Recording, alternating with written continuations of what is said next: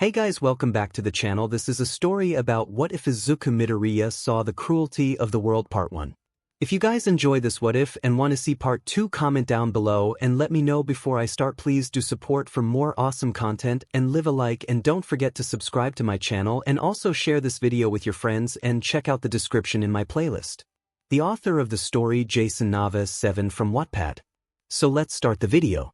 Izuku Midoriya, he is not the average UA student. He is a quirkless general courses student who he believed the appealing girlfriend, Momo Yaoyorozu. Even though he had lost his mother prior to him going to his first day of UA and being bullied for most of his life, he kept pushing forward. Oh, how his mother would have been happy to see them together. They were paired up by none other than 𝗵𝗃𝗃𝗏, resident class shipper, and 𝗧𝗪𝗃𝗃𝗏, the manly boy of 1A. These two will play big part in the story. 𝗵𝗃 on Momo's side and 𝗪𝗃𝗏 on Izuku's side. They were both happy with each other. 𝗵𝗃 and 𝗧𝗪𝙢 helped pair them up days after the sports festival. However, wherever love blossomed, trouble always followed. In this case, Shoto Todoroki, he asked for help from 𝗧𝗪𝗧𝗏 Shinso for something. He agreed. This is where the story really begins. It was a rainy week and the thunder rumbled and lightning flashed. 𝗵𝗃 and 𝗪𝗃𝗏 were in the common room playing Uno, and 𝗪𝗃𝗏 was winning while 𝗵𝗃 was losing big time. 𝗵𝗃: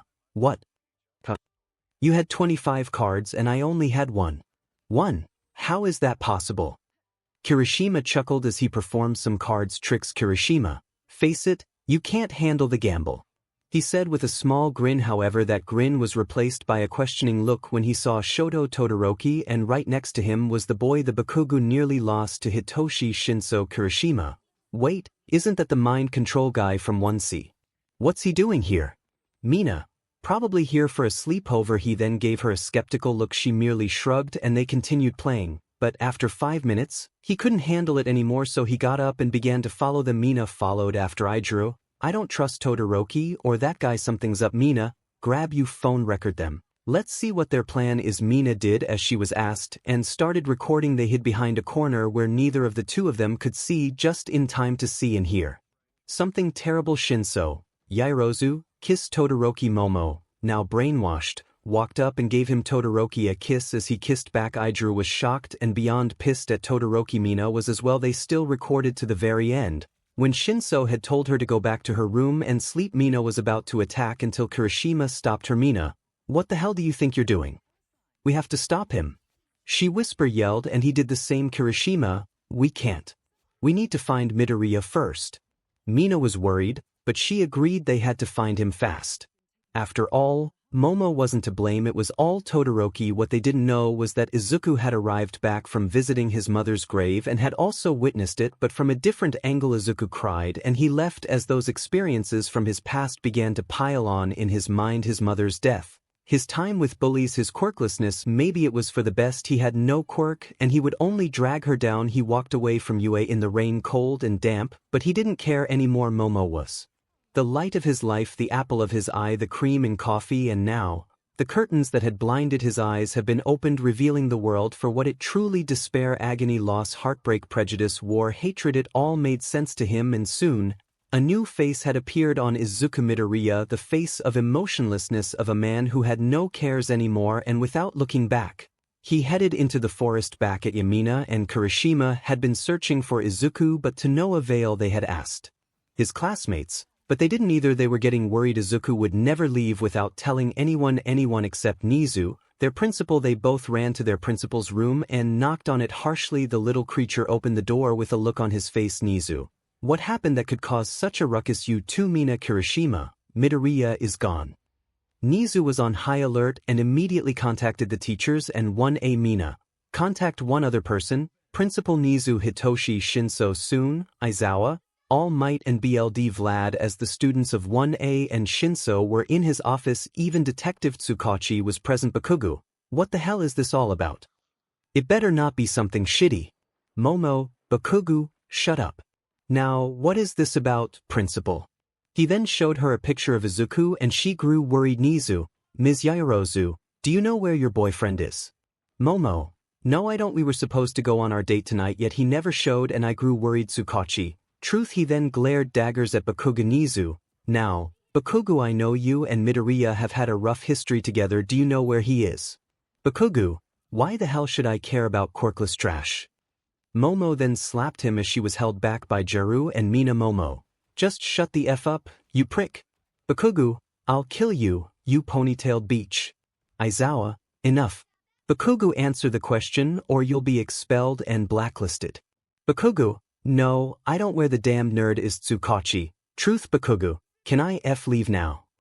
Nizu, not yet, there are 2 more people I have to ask. He then glared daggers at Todoroki and Shinso. Nizu, Shoto Todoroki, why did you call Shinso to your dorm?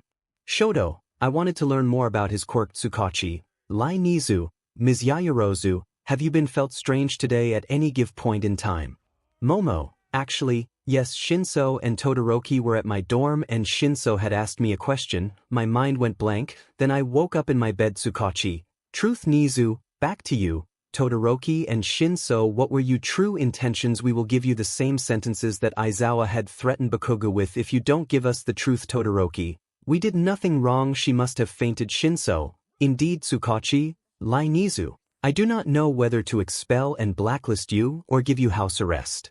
But you're both faking both. What? Nizu, 2 of your classmates have caught evidence of you committing a heinous act. Ishido, please show us your evidence. Ishido then grabbed her phone and connected it to projector and there Momo had her heart broken. She was brainwashed and was told to kiss Todoroki. Momo began to cry as she couldn't believe what she had done. She was in pain even though she was controlled. It did not make her feel better, it made feel worse. Mina and the girls were comforting Momo while staring deep into their souls. Todoroki, they are lying. That is fake footage. Suddenly he was met with a punch to the head by Kirishima. Kirishima, you're the demon liar here. Breaking them apart because you were jealous. You're not a man. You're a coward.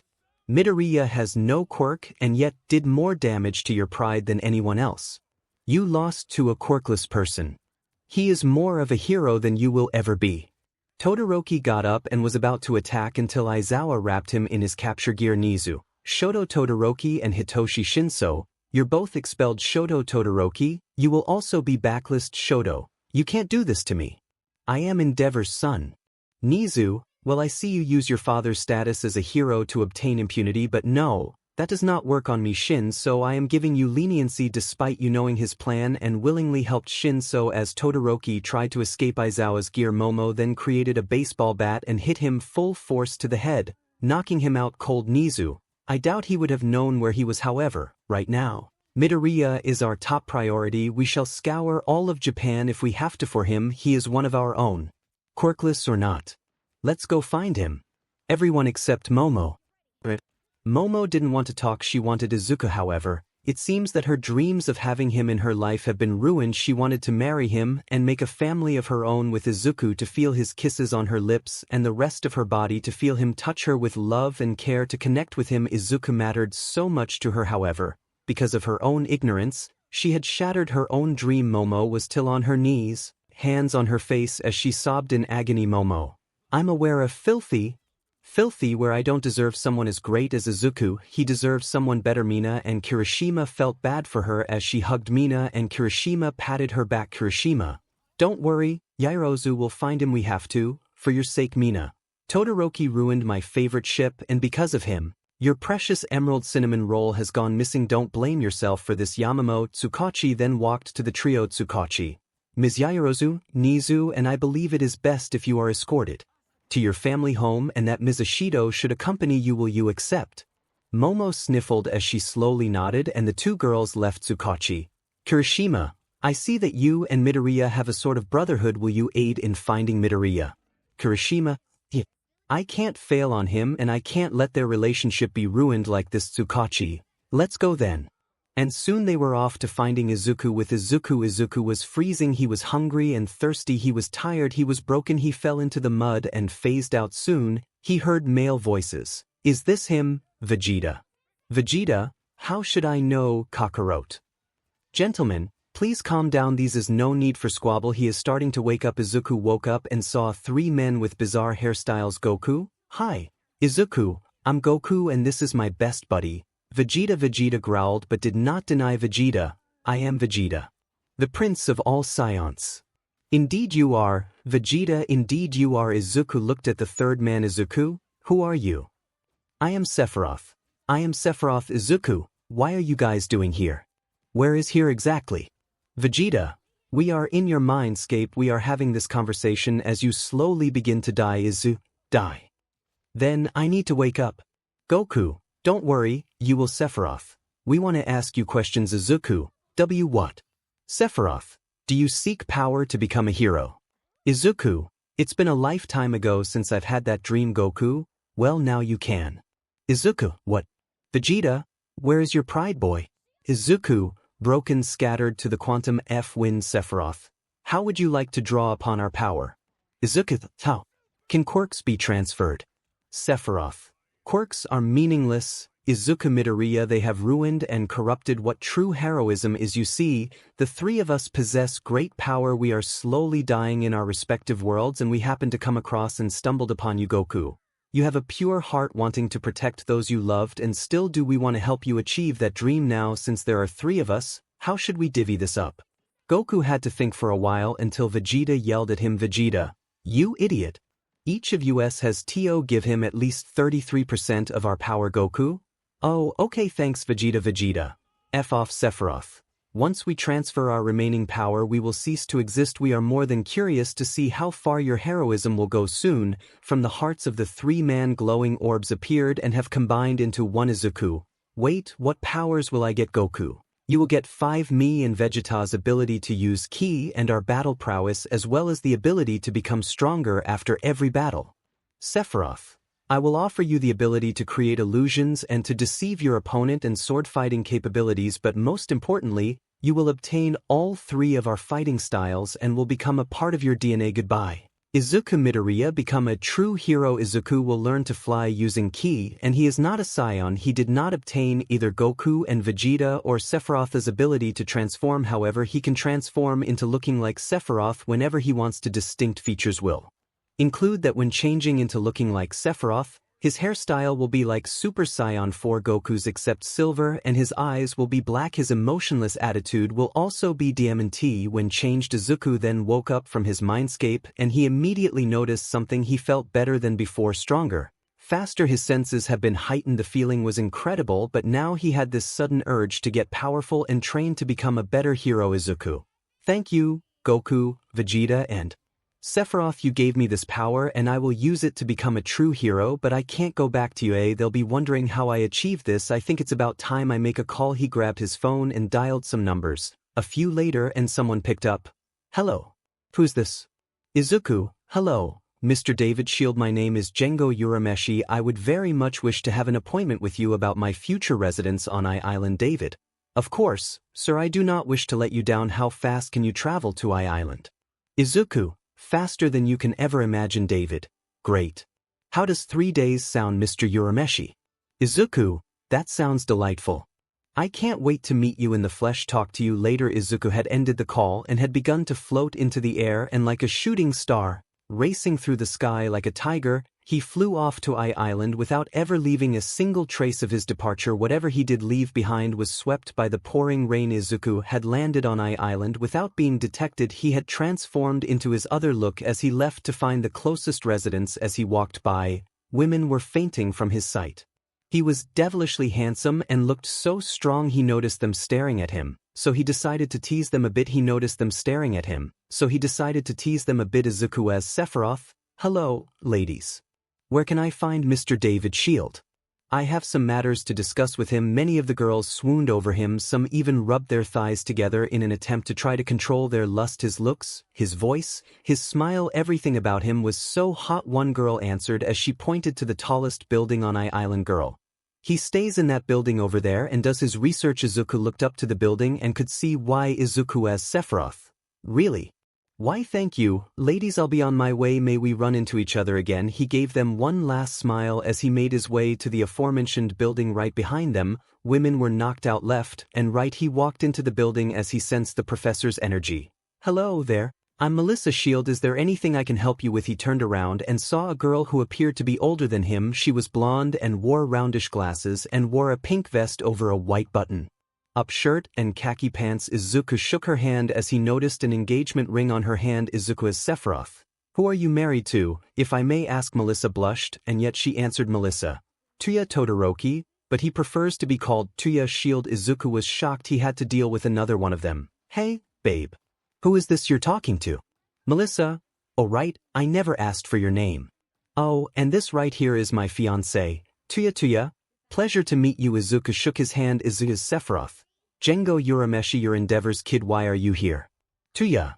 That 𝗵𝗃𝗃𝗲 scumbag disowned me, he does not like neither me or my brother and sister, Natsuo and Fuyumi. He abused our mother and sent her to a mental asylum. The only one he gives special attention to is Shoto, that little I've heard recently that he used someone's quirk to brainwash someone else's girlfriend, and now the boyfriend is missing. I feel terrible for her being used as a puppet. Love shouldn't be forced, it should be weaved into something more elegant and appealing. A small strand can make a cozy sweater. Izuku was mildly surprised. He was far different from Shoto. He was honest and kind. For him and his family, except Shoto, to endure such pain is an admirable accomplishment. Izuku as Sephiroth.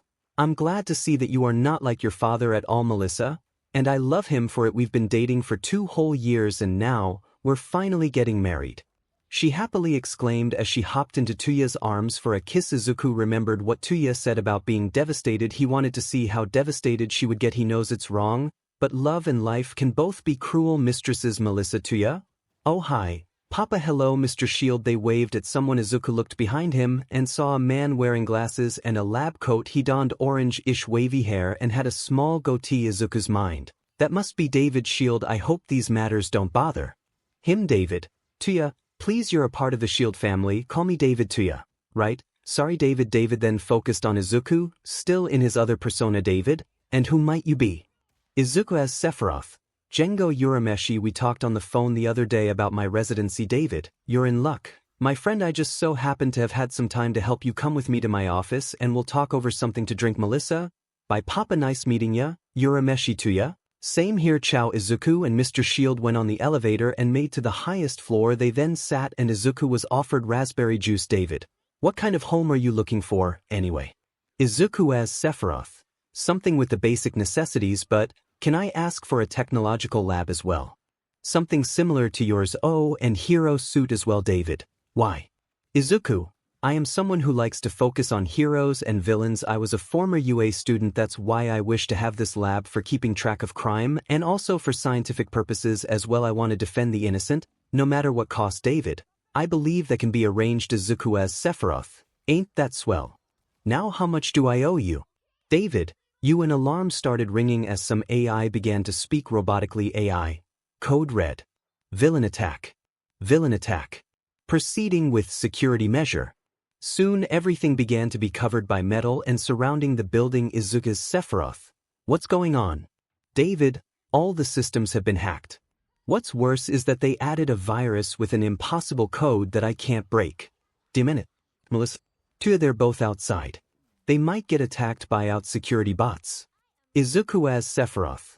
Let me see, Mr. Shield, we have to do this quickly. Your daughter and 𝗬𝗧𝗟 might be in grave danger. David moved out of the way as he grew frantic over his daughter and her fiancé's lives. Izuku was very collected in this situation. He did not know that Sephiroth actually had learned how to hack, but good thing that came in handy. After 10 minutes, Izuku took control back and the protocol had been shut down. David now got back on and see if anything happened. He grew pale as a camera feed on his screen saw that his lab had been ransacked and he saw a certain locker unlocked. David. Oh no, no. Izuku, what now? David, someone stole the prototype device from our research lab. Izuku as Sephiroth. What does this device in particular do?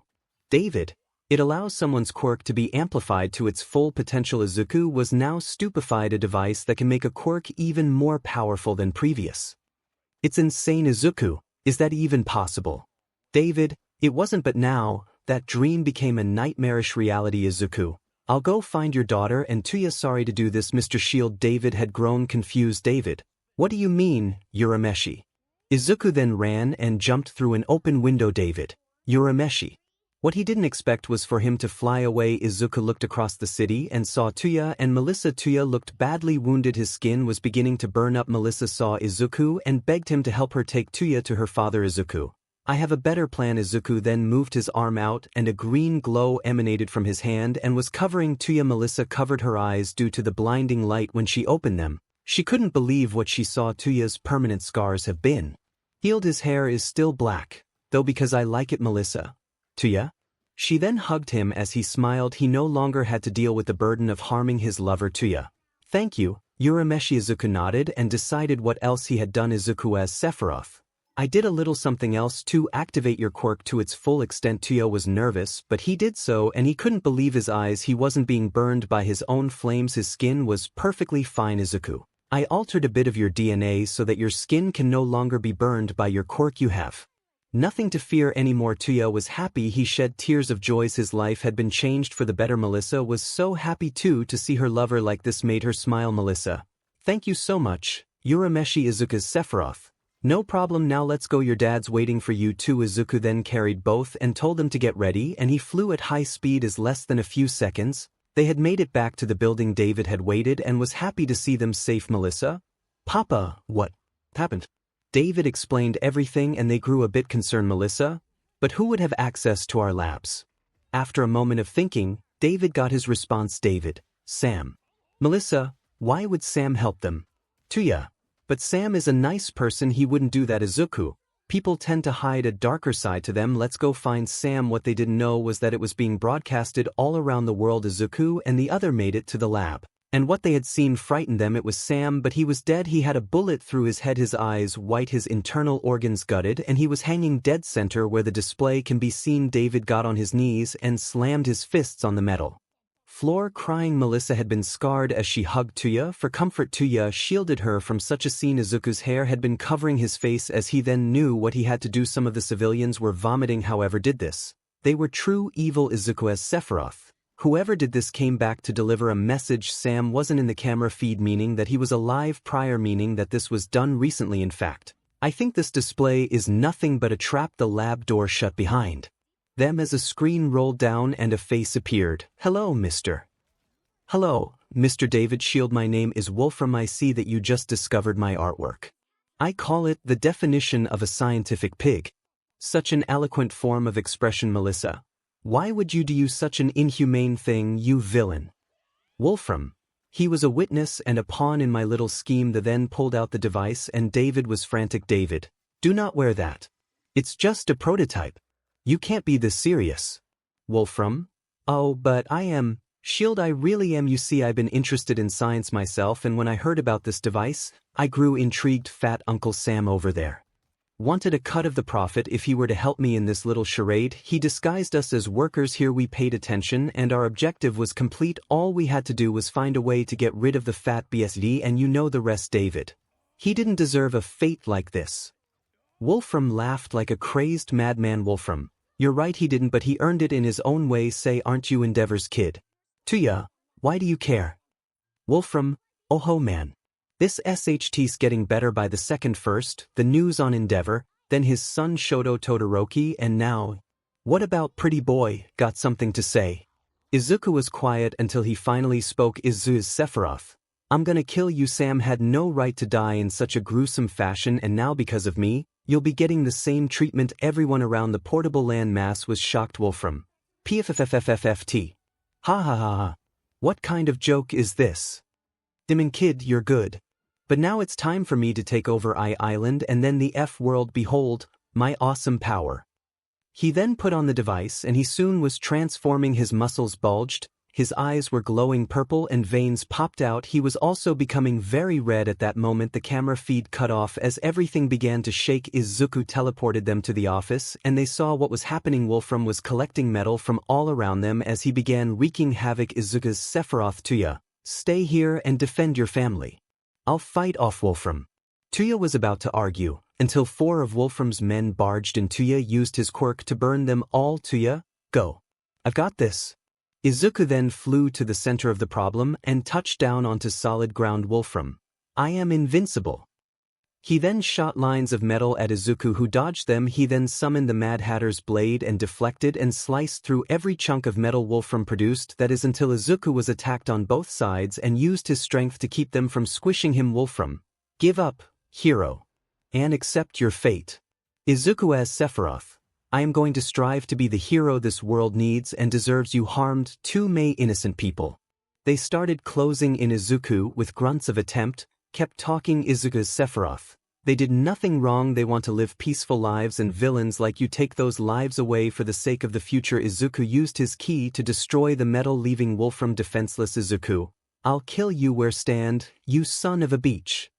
Resummoning the Mad Hatter's katana, he rushed at 𝗵𝗲𝗻 as he didn't notice the large cube 𝗵𝗲𝗻 formed. 𝗵𝗲𝗻, well, kid, you what? You will never win. Because this is my moment of victory. SCK on this, you little F. Izuku saw the large cube and it was flying right at with speed. 𝗵𝗲𝗻, you can't dodge this.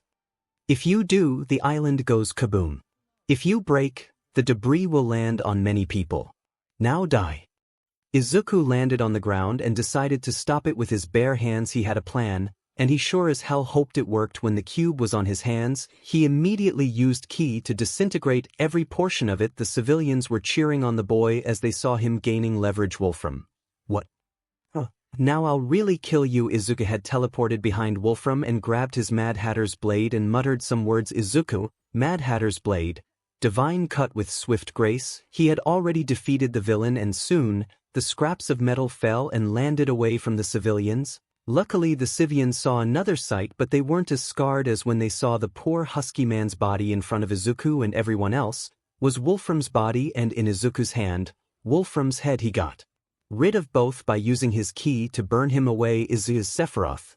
BLD for BLD, your debt is paid. Everyone saw Izuku come back, and they cheered for him. They had a hero to protect them. He saw this and smiled. He was wanted, he was needed. A dream that he thought was never possible came to fruition. He had a shot at becoming a hero. Izuku was then overrun by women and kids and men asking for autographs and hugs and kisses and high fives, some in very strange areas. Izuku told them that if it wasn't for the Shield family and 𝗬𝗧𝗏, he wouldn't have found a way to defeat him. Izuku, after being hounded, flew back. Izuku saw that 𝗬𝗧𝗏 had a few troubles of his own. In front of them were 𝗵𝗲𝗻's men. All do them turned to ash. David, I contacted the authorities. They'll take care of Sam. This will forever haunt me. I created technology that is far too dangerous to ever being into light today. I have decided that I must retire. Let the new generation of scientists take over. Melissa, 𝗬𝗧𝗏, please run this business. I would be forever grateful. Melissa, Papa, I'm honored to 𝗬𝗧𝗏, and I am humbled to as David. Thank you for entrusting me with you, daughter, as well as your corporation. David,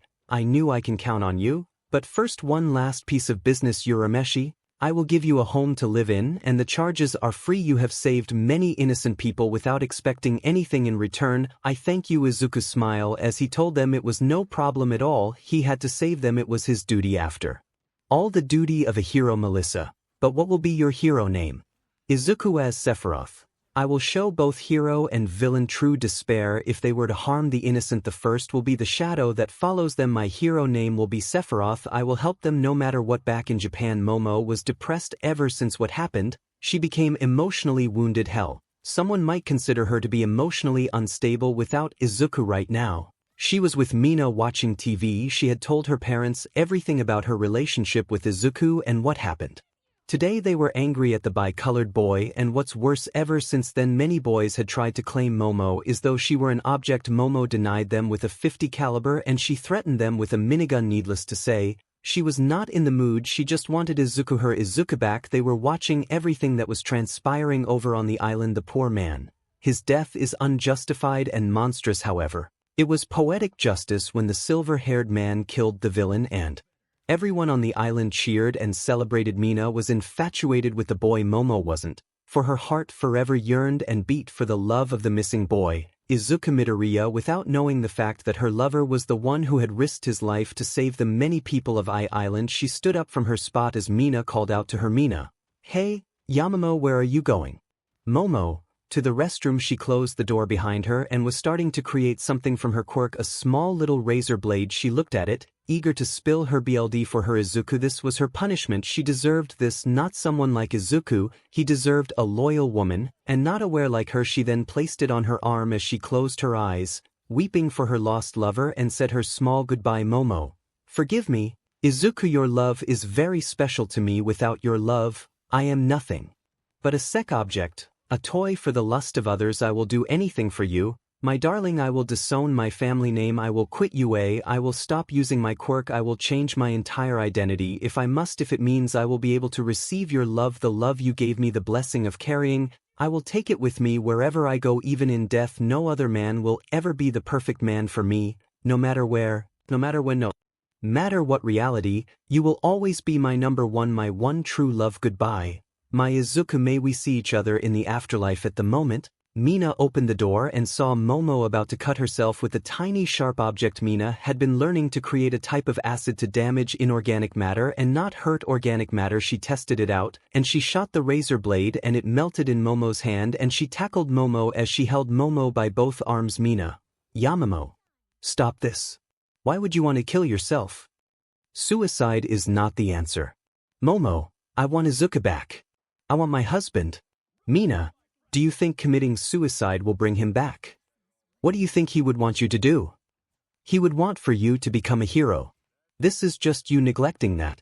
Momo, but I feel so lost without him. He makes me feel special. He makes me feel like I am the only woman he has ever laid eyes on. Mina, I want him back. I want my husband to return. I want my Izuku's love. Mina's eyes began to water as well as both female friends hugged each other. Mina began to trail her friend's ponytail as a way to comfort her. Mina, let it all out, sister, let it all out. After comforting each other, Mina guided Momo out of the restroom, and they both decided to sleep this dark event, unknowingly walking into a trap of a certain bi-colored-haired boy. It's been several days since Izuku introduced himself to the world as Sephiroth. People all over the world had seen his strength and his cunning. In the few days he has been Sephiroth, he has stopped many crimes. Both minor and major children were looking up to him. News media were desperate to interview him. He was gaining more and more popularity all across the world. He was also wealthy, too, because of his many limitless abilities. Many people have contacted him to be a bodyguard or something else. He accepted them so as to not hurt their feelings, and even one of the wealthy asked him if he could be his daughter's date to a ball dance. Yet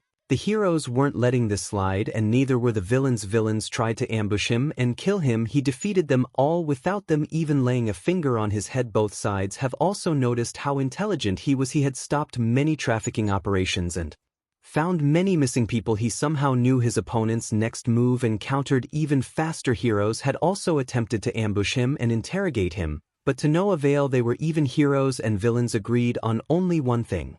However, Sephiroth is unstoppable. When the media caught wind that Sephiroth had actual residence on Island, the island was bombarded with tourists, more than they had ever counted before. They were even more desperate for interviews when they realized that he was personal friends with David and Melissa Shield, as well as Melissa's husband. Izuku was in his room that David had given him and put on a melancholy face as he recounted the time that All Might, Endeavor, and even underground hero Eraserhead had come to kick his butt. Flashback: Izuku had just gotten finished stopping a drag smuggling operation and a sex trafficking operation. One late afternoon in Kamino Ward, the men were selling women to the highest bidder on the black market. All of the snobby rich fat cats were about RP them until Izuku broke through the building windows. They had rushed him, but Izuku beat them to the punch. He used a shockwave to stun them and later knock them around. He broke them women free and had contacted the local police and their parents. Oh, how useful technology can be. When the parents of the girls arrived, they thanked Izuku so much and the girls were grateful. Their lives were saved. However,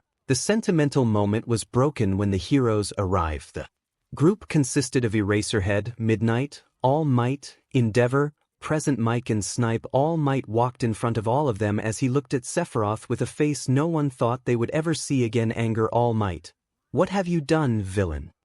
Many of the citizens had tried to defend Izuku, but he told them to stand down. He then walked a few paces until he stood out. Izuku always wanted to meet All Might when he was younger, yet never got the chance to. When he learned that he would be teaching at UA, he was ecstatic. This was his chance to finally meet his hero. This day was the day he resented All Might and Endeavor with a passion. Izuku: as Sephiroth, I was trying to help the innocent, to try to reconnect loved ones while it took you all several months. I found their location in a few days. They used a pretext to cover their tracks, something that you guys apparently do not know. I was only doing what was right, helping the innocent whenever and wherever I can. Eraserhead: it doesn't matter, you a wanted man. Now surrender before we have to take you down by force. Izuku smirked as Eraserhead got his gear ready. Izuku, ensnare me in that little trap of yours? Eraserhead, if you even can. That is Eraserhead.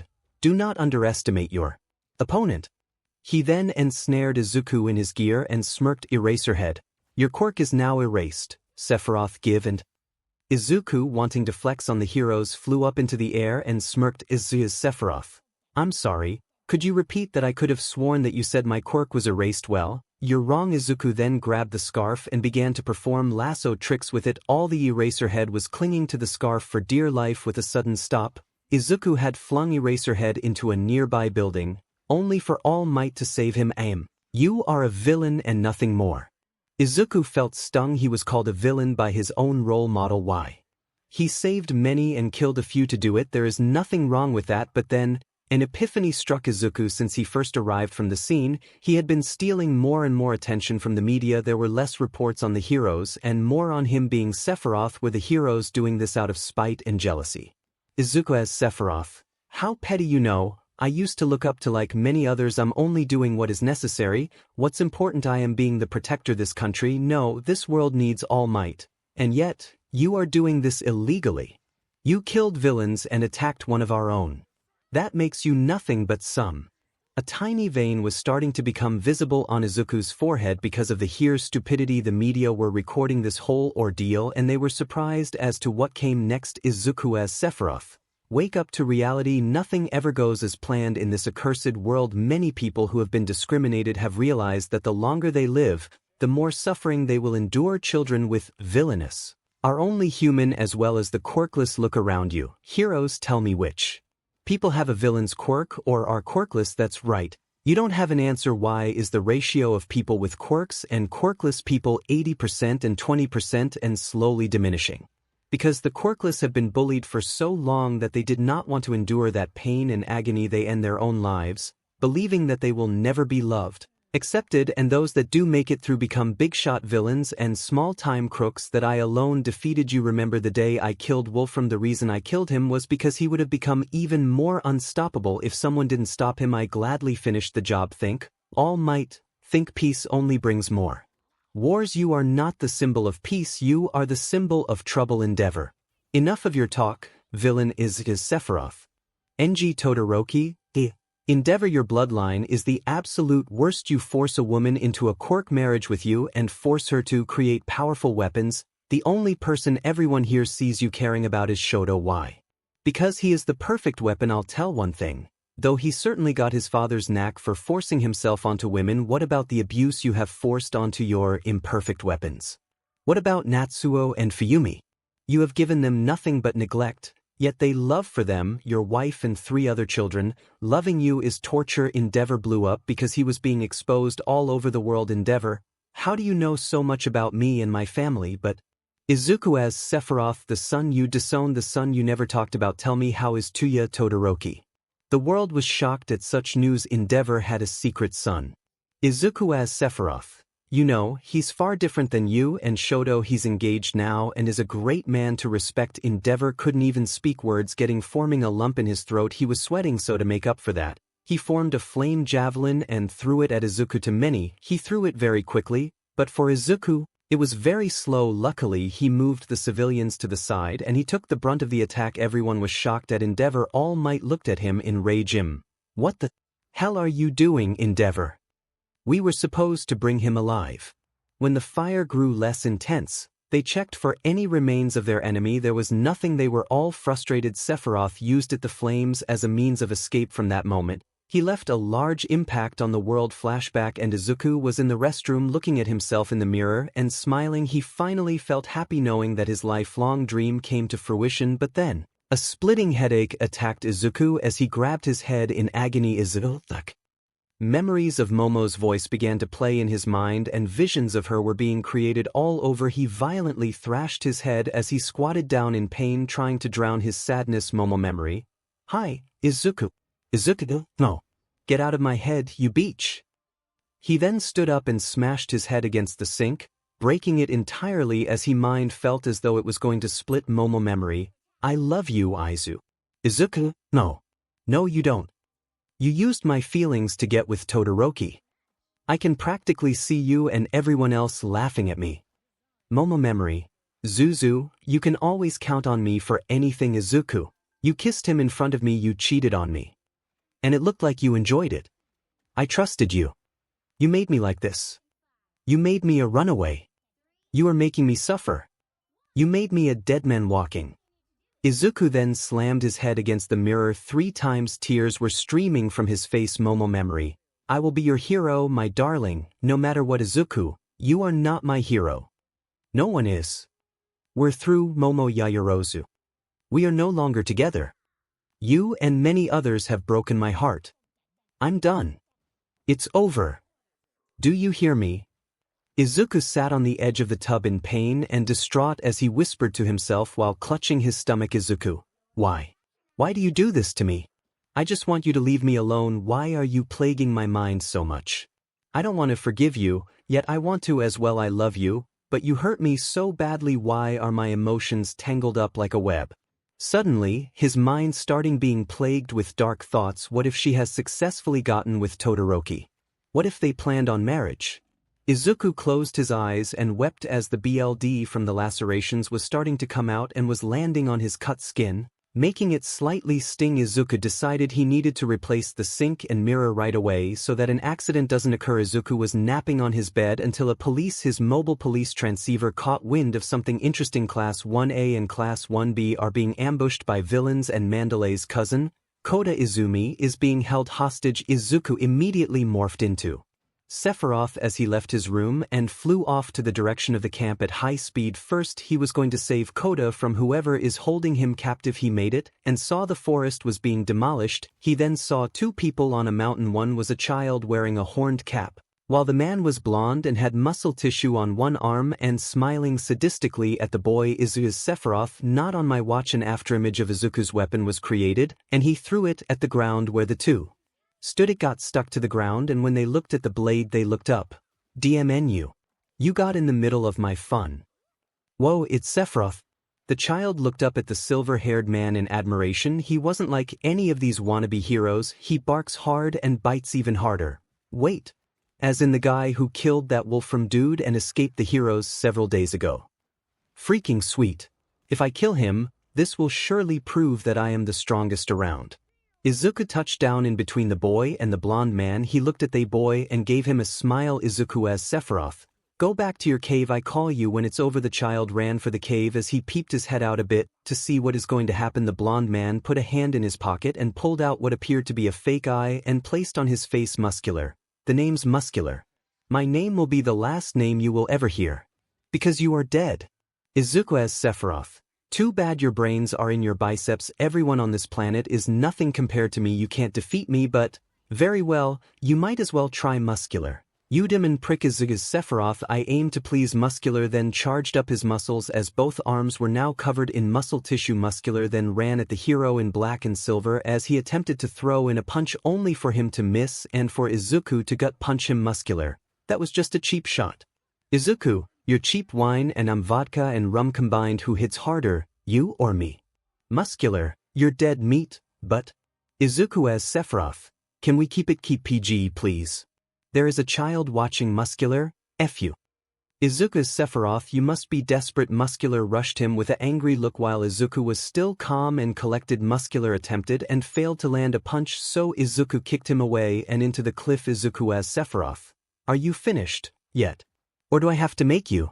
Muscular propped himself out of the mountain as he was staggering toward Izuku. Muscular. I've got to hand it to ya, kid. You are far too strong for me, but I'll kill ya first. Izuku as Sephiroth. Surrender, Muscular. Face it, you are too weak to even come close to my power. Muscular, with a growl of fury, ran at Izuku once more only for him to stop dead in his tracks. His body was beginning to spasm as his eyes rolled to the back of his head and white foam came out from his mouth as his head was twitching sideways like an animal with rabies. After a few seconds, he stood still and fell down. Kota looked on in fear. Izuku noticed this and comforted him. Izuku's Sephiroth. Don't worry, he just experienced a delayed seizure. He is not dead, only knocked out. He'll come to in an hour or so. Izuku then focused on Kota's face as he tried to figure out who he was related to. The idea struck him as he compared him to the water hose heroes. Izuku's mindscape. So he's their child? Poor guy lost his parents because of him, but I'll have to ask him to make sure my conclusion is correct. Izuku as Sephiroth. Say, you wouldn't happen to be related to the water hose heroes by any chance, would you? Kota, how do you know? Izuku as Sephiroth. Attention to detail now. Do you have any family I can take you back to? Koda. JJ, just my aunt. Koda couldn't believe it. He was holding a conversation with the Sephiroth. He was jumping with joy on the inside. Izuku's Sephiroth, do you know where she is? Koda. She's down there helping out those wannabe heroes. Izuku's Sephiroth. I'll take you down to her as well as this sack of sea. Izuku then lifted Koda and grabbed Muscular by his neck, and he flew to where Koda pointed. Koda. I see her. My aunt's down there. Izuku's Sephiroth. Okay, we're landing now. 𝗵𝗃 was running to the direction of Koda's cave until a voice shouted, Koda, Auntie. She looked up as she saw him waving at her with a smile on his face. She also grew nervous because of the fact that Sephiroth was carrying her nephew and a villain by the neck, and also that fact that he was very handsome. 𝗵𝗃 thanked the silver-haired boy. 𝗵𝗃. Thank you for saving my nephew Izuku's Sephiroth. It was trouble at all, right, Koda? Koda, he was so cool. Cooler than All Might. His sword looked so awesome. Izuku smirked at the boy and chuckled. Izuku's Sephiroth. You seem very enthusiastic to see my sword. Do you want to hold it? Koda's eyes sparkled with life as he was jumping around, his sad demeanor being replaced by the demeanor of an actual child. Koda. Can I really? Izuku then summoned Mad Hatter's katana as slowly handed it to the small lad. Izuku's Sephiroth. Be careful, it's very, and I mean very sharp. Koda. So cool. Sephiroth, I wished you were around to save my parents. 𝗵𝗃. He lost his parents against Muscular several years ago. His mother was my sister. Sephiroth looked at her and looked back at Koda, who was swinging the sword. Izuku's Sephiroth. Do you want to see how sharp it is? Koda looked at him again as he handed him his sword back, his childish demeanor still present. Koda. Show me. Show me. Izuku's Sephiroth. All right, both of you stand back. Izuku took a stance as he saw a giant boulder and cut it. At first, 𝗵𝗃 and Koda were expecting the signs to show, but they didn't see Izuku's Sephiroth. Go on, touch the boulder. Koda slowly stepped up and touched it with his finger. The second he did, the boulder was cut into many perfect pieces. Koda was amazed, and so was 𝗵𝗃. He really a force to not mess with when angry. Izuku's Sephiroth. I brought you the culprit who tried to hurt your nephew and killed the water hose heroes. Muscular is right there. Call the other pros. I'll find class 1A and 1B. 𝗵𝗃. Okay, let's go. Koda, thank you again. Sephiroth. Izuku's Sephiroth. My pleasure. Now go, I can handle this. He then rose up into the air again and took off. Koda. I want to be just like him when I grow. Auntie, he is my hero. 𝗵𝗃 was smiling, knowing that Koda's dislike for heroes was breaking away, and it was all thanks to the man who made an impact on the world. Izuku flew and saw 10 monsters with an exposed brains and build similar to All Might's attacking some of 1A and 1B students. One of them was Momo. Izuku rose his hand up and brought it down, and a bolt of lightning struck some of the Nomu, sending them flying but not killing or knocking them out. Everyone looked into the air as they pointed at him. Izuku smiled as he dropped down. Momo. Are you, Sephiroth? Izuku's Sephiroth. In the flesh, you pathetic bunch can't even handle a coop of poultry. Gohan Reject immediately pointed at him in rage. Hey, what makes you think you can beat them? 𝗓𝗪𝗏. Always, calm yourself. Forgive him, he's in a bad mood since you came here. He is Yosetsu Always and I am 𝗧𝗏𝗃 Kendo. Izuku's Sephiroth. Don't they teach the basics at UA anymore? You're very rude. Now to answer your question, Always, I literally killed a villain who is stronger than these whatever the hell they are. I don't know. Momo. They're called Nomu. They were created by the League of Villains to kill All Might. He beat them. However, Izuku's Sephiroth, please, I have enough power to destroy this entire world, more than enough times to even count. These pet chickens are mere child's play. Always. Oh yeah. Let's see you beat them, hotshot. Izuku gave a sinister grin as the 10 Nomu surrounded him. Izuku's Sephiroth. Bring it on, you cretins. Izuku had been surrounded by the genetically modified organisms as he closed his eyes and took a deep breath. Always. What the hell is he doing? He's going to get himself killed. The demon moron, haha. At least it wasn't that quirkless kid that everyone saw. Yaoyorozu with idiot would have died. Izuku's feelings were they didn't knew that he was Izuku. He thought for sure that Momo would have agreed with the Gohan wannabe this next bit. However, he did not expect Momo gave the hardest slap ever. It was so loud in fact that it rang all round the forest. Always. You where? What the hell was that for? Momo with tears in her eyes grabbed him by the collar and stared him down menacingly with tightened teeth. Momo. First off, like I said before, he kissed me. I was brainwashed by his stupid friend Shinso. What's worse it that I don't even remember whether he forcefully had sex with me or not. But I sure as hell will not let you trash talk about 𝗵𝗲𝗍𝗂 in that way.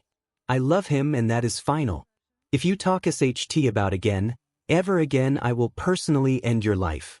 I don't even care if I get arrested or sent to Tartarus, but my Izuku is the only man I will always love, and if you are interested to know how much I love Izuku well, I suggest you don't go down that rabbit hole. 𝗧𝗏𝗧𝗪𝗧. I think that the days without her fuckboy with her have drove her to the brink of madness. Momo, now red of fury, yelled at him. Momo, you shut the hell up. You don't even know anything about Izuku. How charming he is. What a appealing smile he gives. He is an amazing person. And he is not my fuckboy. He is my dear future husband. So back off. Don't ever disrespect my Izuku. Izuku was shocked she cheated on him, and yet here she is showing that she is still devoted to him, or was that how it really went? Even the Nomu stood aback from these outbursts. Izuku's Sephiroth. Well, then let's kick some. But the Nomonomus let out a screeching roar, and they all began to attack. Izuku chuckled darkly before leapt into the air to avoid the dog pile of killing machines. Izuku as Sephiroth. You may be more powerful, but you're nothing compared to moi. They let out what Izuku now called the 𝗧𝗪𝗙𝗡 roar, and they rushed Izuku once more. Izuku as Sephiroth. So lame, so lame. Izuku was actually enjoying himself so much so that he let out a genuine laugh. Izuku as Sephiroth. Haha. That's right. Keep fighting. Keep struggling for me. As he was dodging the 9 Nomu, the singled-out Nomu was preparing to attack Izuku. Izuku knew this and used one of many techniques learned by Goku. The afterimage. The moment the Nomu's fist hit Izuku, he began to fade away. Everyone, including the Nomu, were shocked to see such a development. Suddenly a fist rammed through the very Nomu's stomach. Izuku's Sephiroth. Suffer. Izuku then formed a little ball of ki and shoved into the creature. Izuku then backed away and saw the Nomu began to heal. Izuku's Sephiroth. Oh yeah, it's all coming together. The students of 1A and B saw this and they were rushing him to defeat the Nomu. A1B. What are you doing? Defeat the villains. Izuku as Sephiroth. You girls can be so loud, and so are the Nomu, but very well. The Nomu surrounded him again and they once again tried to punch him at the same time. However, this time, Izuku's ace in the hole will take effect. Izuku used leapt high into the air and they moments the Nomu's fists collided. The ki that in the specific Nomu traveled through all of the Nomu, and they began to bubble up and eventually blew up, leaving charred remains all over. Izuku landed on the earth once more, as he wasn't surprised at all that he won. The 1A and 1B students were shocked that he did it so easily. And he didn't even break a sweat. Izuku as Sephiroth. So, aways. Where's the money? Aways, what money? Izuku snickered as the Gohan reject was looking confused. Izuku as Sephiroth. Remember, you said that you bet that I can't beat these creatures. Here I am, still alive and kicking, so where's the money, man? Aways, you. I'm not giving jackass. Izuku then pulled out Mad Hatter's katana and put the sharp tip on his throat. Izuku as Sephiroth. It is not nice at all to lie to your allies like that. Don't bet if you don't have anything good to bet on. Or with Izuku then lowered down the sword as he began to interrogate them. Izuku as Sephiroth. Good thing that ex of yours is not in the hero course, huh? Ms. Yaoyorozu. Momo got mad as she created a sword and tried to slice him in half. Izuku countered as he kicked Momo away gently, but still pretty far. Momo, I told you before not to talk HT about Izuku. Izuku smiled as he began to troll her in his own way. Izuku as Sephiroth. You put too much emphasis on your sword swings instead of focusing on strength. Focus on mastering a sword fighting technique you're comfortable with. Momo wanted to engage him in battle, but she knew she stood no chance or even had a chance against him. Aways. Hey, what the F? Why are you giving us lessons when it should really be us kicking your butt? Izuku as Sephiroth. Listen here, you little Gohan Bardock SHT fusion wannabe. I am only trying to help. Yet here you are desperate for attention. Besides, you're not special. Nearly everyone in the world has a quirk except for that diminishing 20% of quirkless. How did quirks even? Well, they started off with a baby with a glowing face, kind of like that sun with a baby face in Teletubbies. In conclusion, quirks started because of Teletubbies. Actually, now that I think about it, the only one with quirks are the quirkless because they don't have a quirk and are very hard to come by. Like a legendary Pokemon, I guess you can call your powers traits. It may not have a nice ring to it like quirks, but it's still better than nothing. Everyone just stared blank at this guy. He basically ruined their childhood. That is until Izuku spoke again. Izuku as Sephiroth. You're a very lucky lady. Ms. Yaoyorozu having dated a missing quirkless person and you're talking to another one A1B. What? Izuku as Sephiroth. That's right, I am also quirkless. This power is not a quirk for you see. It has no limits to hold me back. I can keep fighting and keep getting stronger. The stronger the opponent, the stronger I become. The potential of my power is infinite. Izuku smirked evilly as he laid the frosting on the cake. Izuku as Sephiroth. Do you want to know one more secret? And this directly for you. Ms. Yaoyorozu. Momo was puzzled until the next few pieces of information fell on top of her like a bag of bricks. Izuku as Sephiroth. I know where Izuku is. Momo's eyes widened as they started to glow with happiness. Momo. Really? You know where Izuku is?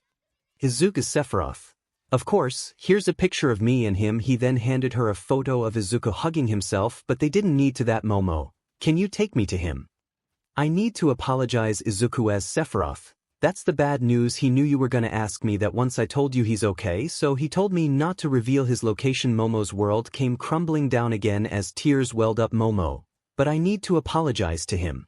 He means everything to me. Please, Mr. Sephiroth, I need to see him again. Talk to him. Please.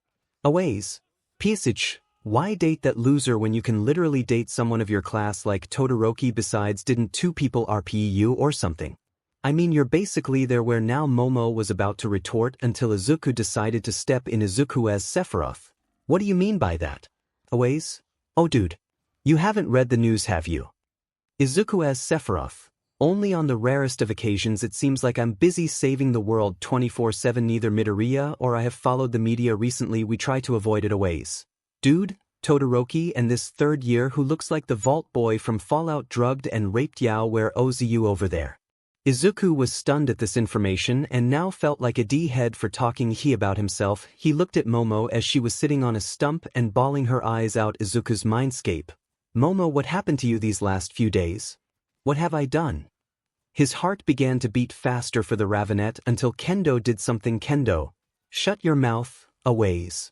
You childish prick.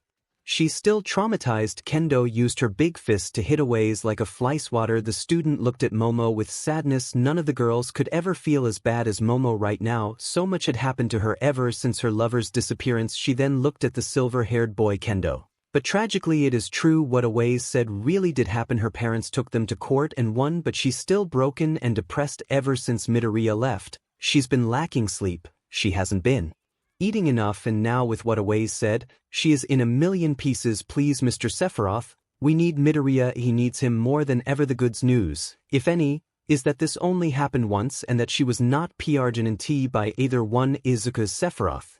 Any idea how it occurred? Kendo. Actually, this is a confirmed story both by Yaoyorozu and Ishido. They snuck into Momo's mansion, only to find her with Ishido. They were both knocked out and taken to a private area of the mansion. Ishido was the first to wake up and Yaoyorozu came to soon after. Both wore quirka racing shackles and they said that they were going to have some fun with Yaoyorozu and that Ishido should just watch, and they recorded the entire thing. Momo was scarred physically and emotionally previously, but this nearly drove her off the deep end when authorities arrived. Both were arrested. However, Todoroki escaped custody, leaving only Togata unconscious, and Momo was sitting against a wall with her legs pulled up to her face and covered in a blanket. Izuku grimaced. Todoroki is a disgusting human being. Izuku will enjoy making him suffer. He wished the entire Todoroki bloodline died. Izuku's mindscape. I should have been there for her. I should have at least tried to protect her, but I failed. I'm a terrible boyfriend. He then walked to Momo as he placed a hand on her shoulder. She looked at him with teary eyes. Momo. I hated it. I hate them. Why did I have to be so naive? If I hadn't answered that demon door, none of this would have happened. Izuku and I would still be together and we would have gotten married. My first time would have been incredible with Izuku and we would live happily ever after. Izuku's Sephiroth. You really love this guy, don't you? Momo nodded. Izuku as Sephiroth. Listen, with me around him, you don't have to worry about other women being near him. It seems you two really are pure souls connected by that red string of fate. I'll tell you something every day. He talks about you, Momo. He does. I'm guessing they're all terrible things. Izuku as Sephiroth. No, the complete opposite. Actually, he talks about how that kiss he saw hurt him, but he also talks about how he dreams of you. He wants nothing more than to kiss your sweet lips, to hug you. to see your face again, to make a family with you, to apologize for running away. He and I may not have known about these other things that have happened to you, but I can assure you that he'll still love you. But right now, I personally think that both of you need some time away from each other. He would want you to stay healthy and to achieve your dream of becoming a hero. So come on, show your future husband that you will make it up to him. Show him the Momo Yaoyorozu. He fell in love with Momo, wiped away her tears, and put on a determined face. Momo, you're right. And my husband, Izuku, is right too. I have to show him that I am not giving up on my dreams. I have to show him that I am not weak. I will keep pushing forward, for Izuku's sake. It doesn't matter how long it takes, and not do I care. As long as my Izuku is okay, I will strive for my dream just for him. One day we will be reunited by that red string of fate once more. Izuku smiled as he was glad that he was able to comfort his future wife. He was going to help her achieve her dream both directly and indirectly. Suddenly they heard the croak of a frog girl, and alongside her was a brown-haired girl with a bob cut. Momo. 𝗬𝗏𝗧𝗏𝗧. What's going on? They were about to talk until they saw Sephiroth. They both yelled in fear as Izuku's sweat dropped at their reactions. Momo, calm down. He is on our side. Anyways, what happened? The two girls calmed down and explained to them everything that had occurred. 𝗬𝗏𝗧𝗏. The villains were specifically after Bakugo and they successfully kidnapped him. Izuku as Sephiroth. Do we have to rescue this Bakugo? He sounds like a piece of ishchi. Momo, trust me, he is, but we have to rescue him. Now how are we gonna do it? Izuku as Sephiroth. See ya. They all saw in the nick of time that Sephiroth had teleported away. 𝗬𝗏𝗧𝗏. 𝗵𝗃𝗃𝗏𝗧𝗏. At the League of Villains hideout. Shigaraki. Come, Katsuki Badu. Join the League of Villains. Bakugo, go to hell. Shigaraki. If I can't get through your thick skull, I know someone who can. Come on out. Cold fire and 𝗧𝗪𝗎𝗪. The next thing slightly surprised Bakugo, but he let out a full-on laugh. Bakugo. Holy. What's up? 𝗬𝗏𝗵𝗃𝗲 and Endeavor. Bakugo. Holy SHT. What's up? 𝗬𝗏𝗵𝗃𝗲 and Endeavor. Todoroki. Hello Bakugo. Let's have a little chat. Todoroki. Hello Bakugo. Let's have a little chat. Bakugo. What the hell do you have to say to me? Todoroki. It's about Sephiroth. Bakugo's eyes widened, but soon turned into a grimace. Bakugo. What about that him? Todoroki. You, my father, and I all hate Sephiroth with a burning longing to kill him. You said you wanted to prove you were the strongest, yet he came into the picture and took that title away. He exposed me and my father in public. He shamed us. We have turned from famous to infamous. Because of him. Bakugo, the only reason you're villains is because you, your dad, and many other heirs like you are pieces of SHT. You still would have been a hero if you hadn't gone and done that SHT to Ponytail and Vault Boy. Todoroki? Oh, yes, Togata. So easy to frame with me drugging him and adding an inhibitor chip into his brain worked like a charm. I didn't want him or his family to feel bad, so I had to eliminate them. But keep Togata alive. They were glitches to this system after all. Too bad for him. The only ones that believe that he's innocent are those at Nightai's agency and his friends, Tamaki Amajiki and 𝗎𝗎𝗎𝗎𝗎. He's in a prison cell not far from here, serving his sentence when the times comes. That is Bakugo. USCK if you can't even move evidence away from you. Anyway, what's with the scars? Gonna tell me how you got those scars like the Joker? At least try to be original, you beach. And what the hell do you mean by when the time comes? Todoroki, did you even stop to think where that chip is right now at this very moment? Bakugo, why would I even give a damn rats but about where a piece of metal is? Todoroki and his father looked at each other and they began to laugh like psychopaths. Todoroki. Ha! What an idiot. 𝗧𝗪𝗧𝗏. Ha! Did you hear this fool Shoto? Bakugo was twitching in his seat from rage and he demanded to be let out, and soon the locks on his chair were removed as he attacked his former classmate. Bakugo. Get this one thing straight, I'll never join the League of Villains. I'll prove that I am far better than that silver-haired shithole as a hero. Now die. Todoroki can only facepalm and shake his head side to side. Shigaraki. It's always the same with you heroes, always the predictable one. 𝗧𝗪𝗧𝗏. Show him what your new suit can do. The hero turned villain cracked his fists and used maximum output on his flames. 𝗧𝗪𝗧𝗏. With pleasure the tail of his suit extended and pierced through Bakugo in midair as BLD began to spill. Bakugo. What the? Todoroki, we're done. 𝗵𝗃𝗲, you have been of no use to us. Feel free to die anytime. Your death will slow and you will beg for us to keep you alive. They were alerted by the sound of teleporting and they looked and were frightened. 𝗧𝗵𝗃𝗧 Sephiroth. Izuku smirked at them as he out his sword on his shoulder. Sephiroth. You must be the League of Villains. Your reputation precedes you. I'm here to put an end to your schemes. 𝗧𝗵𝗃𝗧. Unfortunately for you, Sephiroth, there is no escape from here. You have sealed your fate. Get ready to die. Izuku Sephiroth. Surrender. Resisting will do you no good. I defeated your muscle man, muscular with ease. What makes you think you can beat me? 𝗵𝗃𝗃𝗧. Cold fire, is the remote ready? 𝗵𝗃𝗃𝗃 whispered and Todoroki responded in a low tone of voice back at him. Todoroki. Of course I have activated Togata's inhibitor chip as soon as he got here. All we have to do is buy time until he gets here. Izuku then grimaced at Todoroki as he heard that with his advanced hearing Todoroki is a dangerous man, a double-crosser. Izuku's mindscape. That must mean that Mirio didn't RPE Momo.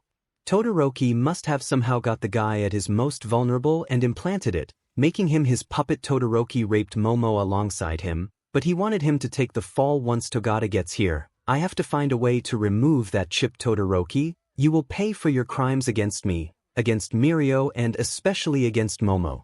Todoroki, what's wrong? Sephiroth. Are you scared? Izuku as Sephiroth. I am not frightened by you or anyone here. I am simply calculating some things in my mind. I heard your little scheme and if you're going to bring Togata here, be my guest. However, I still find all of you playthings. I am surprised by you. Todoroki, an endeavor pulling off a stunt like this must have taken a lot of time. Todoroki? Well, I guess that what happens when you ruined our lives. Izuku Sephiroth, I have done no such thing. You ruined your lives the moment you committed such atrocities. I merely exposed them. Todoroki, that's what you'll pay for. You will pay for all of this. With your life, you weed. Izuku paid close attention to what he said. In a split second, Izuku had 𝗵𝗃𝗲 slumped over his shoulder unconscious, but healed. Spinner. What? He got pierced by 𝗎𝙪𝙢𝗪𝐻𝑟's tail. How is that gaping hole in his chest gone? Izuku Sephiroth. I have already said this once before. I am far superior to what you are or what you ever will be. I defeated 10 of your Nomu, who had quirks capable of killing all. Might I am a far-ranking opponent, an anomaly to everyone else. So, are you truly prepared to throw your life away for whatever ridiculous cause you're doing this for? 𝗧𝗵𝗃𝗧𝗃. Why? Izuku Sephiroth. Wait, I just remembered something. I don't give a shit why. Because your opinion is shitty and wrong, just like ET for the Atari 𝗧𝗪𝙀. I will kill you for ruining my fame. My chance to become the #1 hero. Izuku Sephiroth didn't know you would actually care about such a thing. What the heads 𝗧𝗵𝗃𝗧𝗃. Let's sick him. The villainous Todoroki duo immediately shot flames only for Izuku to dodge. Toga then attempted to stab him until he moved out of the way and punched her in the gut. Toga then attempted to stab him until he moved out of the way and punched her in the gut. Spinner. This guy's too much. 𝗧𝗵𝗃𝗧𝗃, we need and could use some serious help. Right, Abu? Izuku then cut Spinner's back open, making blood gush out of his body quickly as he fell to the floor of the bar. Izuku Sephiroth. Don't worry about help. What you should be worried about is going through a whole round with me as your enemy. Todoroki. F you cucker. Izuku as Sephiroth. Last time I checked, you guys were the cuckers and I am the fighter. They all began to rush him, just like the Nomu did back in the forest. They all began to rush him, just like the Nomu did back in the forest. Izuku Sephiroth. How very dull. At least provide me with some entertainment. 𝗧𝗵𝗃𝗧𝗃 found his opening and tried to use his quirk on Izuku as he started choking his throat. However, they quickly grew startled as they realized his quirk wasn't working on him. 𝗧𝗵𝗃𝗧𝗏. What? Why isn't my quirk working? Did you erase it? Izuku as Sephiroth. No, your quirk is fine. I told many others before I am no ordinary person, meaning your quirk doesn't on me at all. I suggested that you surrender, but did you? No, you did not. This is your last chance. The League of Villains don't have to face me or die. Just turn yourselves in, 𝗵𝗃𝗃𝗧𝗏. And what makes you think that we will ever surrender to the authorities, heroes, or you? Izuku Sephiroth. Because Magic Mike, I am being nice today. Todoroki. Not after what you did to us. Izuku was getting really tired of the bi-colored-haired quirk user and his father. However, Izuku realized that these villain, with the exception of Todoroki and 𝗧𝗪𝗀𝗧𝗏, are pretty much brain dead when it comes to planning. So who is behind all of this? Izuku as Sephiroth. Who is your true leader?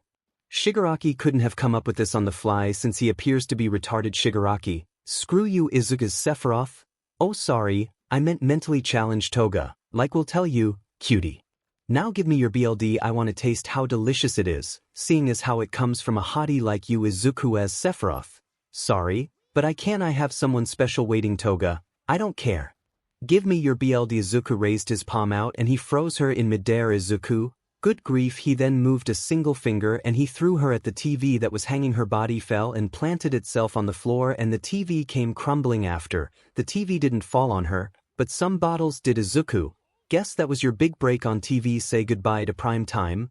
Beach by the way, Shigaraki, out those drinks on Todoroki's tab. He might try to roofie another girl again. Todoroki, alright, smartass. If it's a fight you wanted a fight you are surely going to get. Izuku as Sephiroth, bring on the heat. Ashy boy, what I am about to do is not for the faint of heart, but I am about to execute Order 66 on you. Todoroki began to shoot his flames at him while all Izuku did was deflect them with his hand. Todoroki, what are you gonna do? What are you gonna do?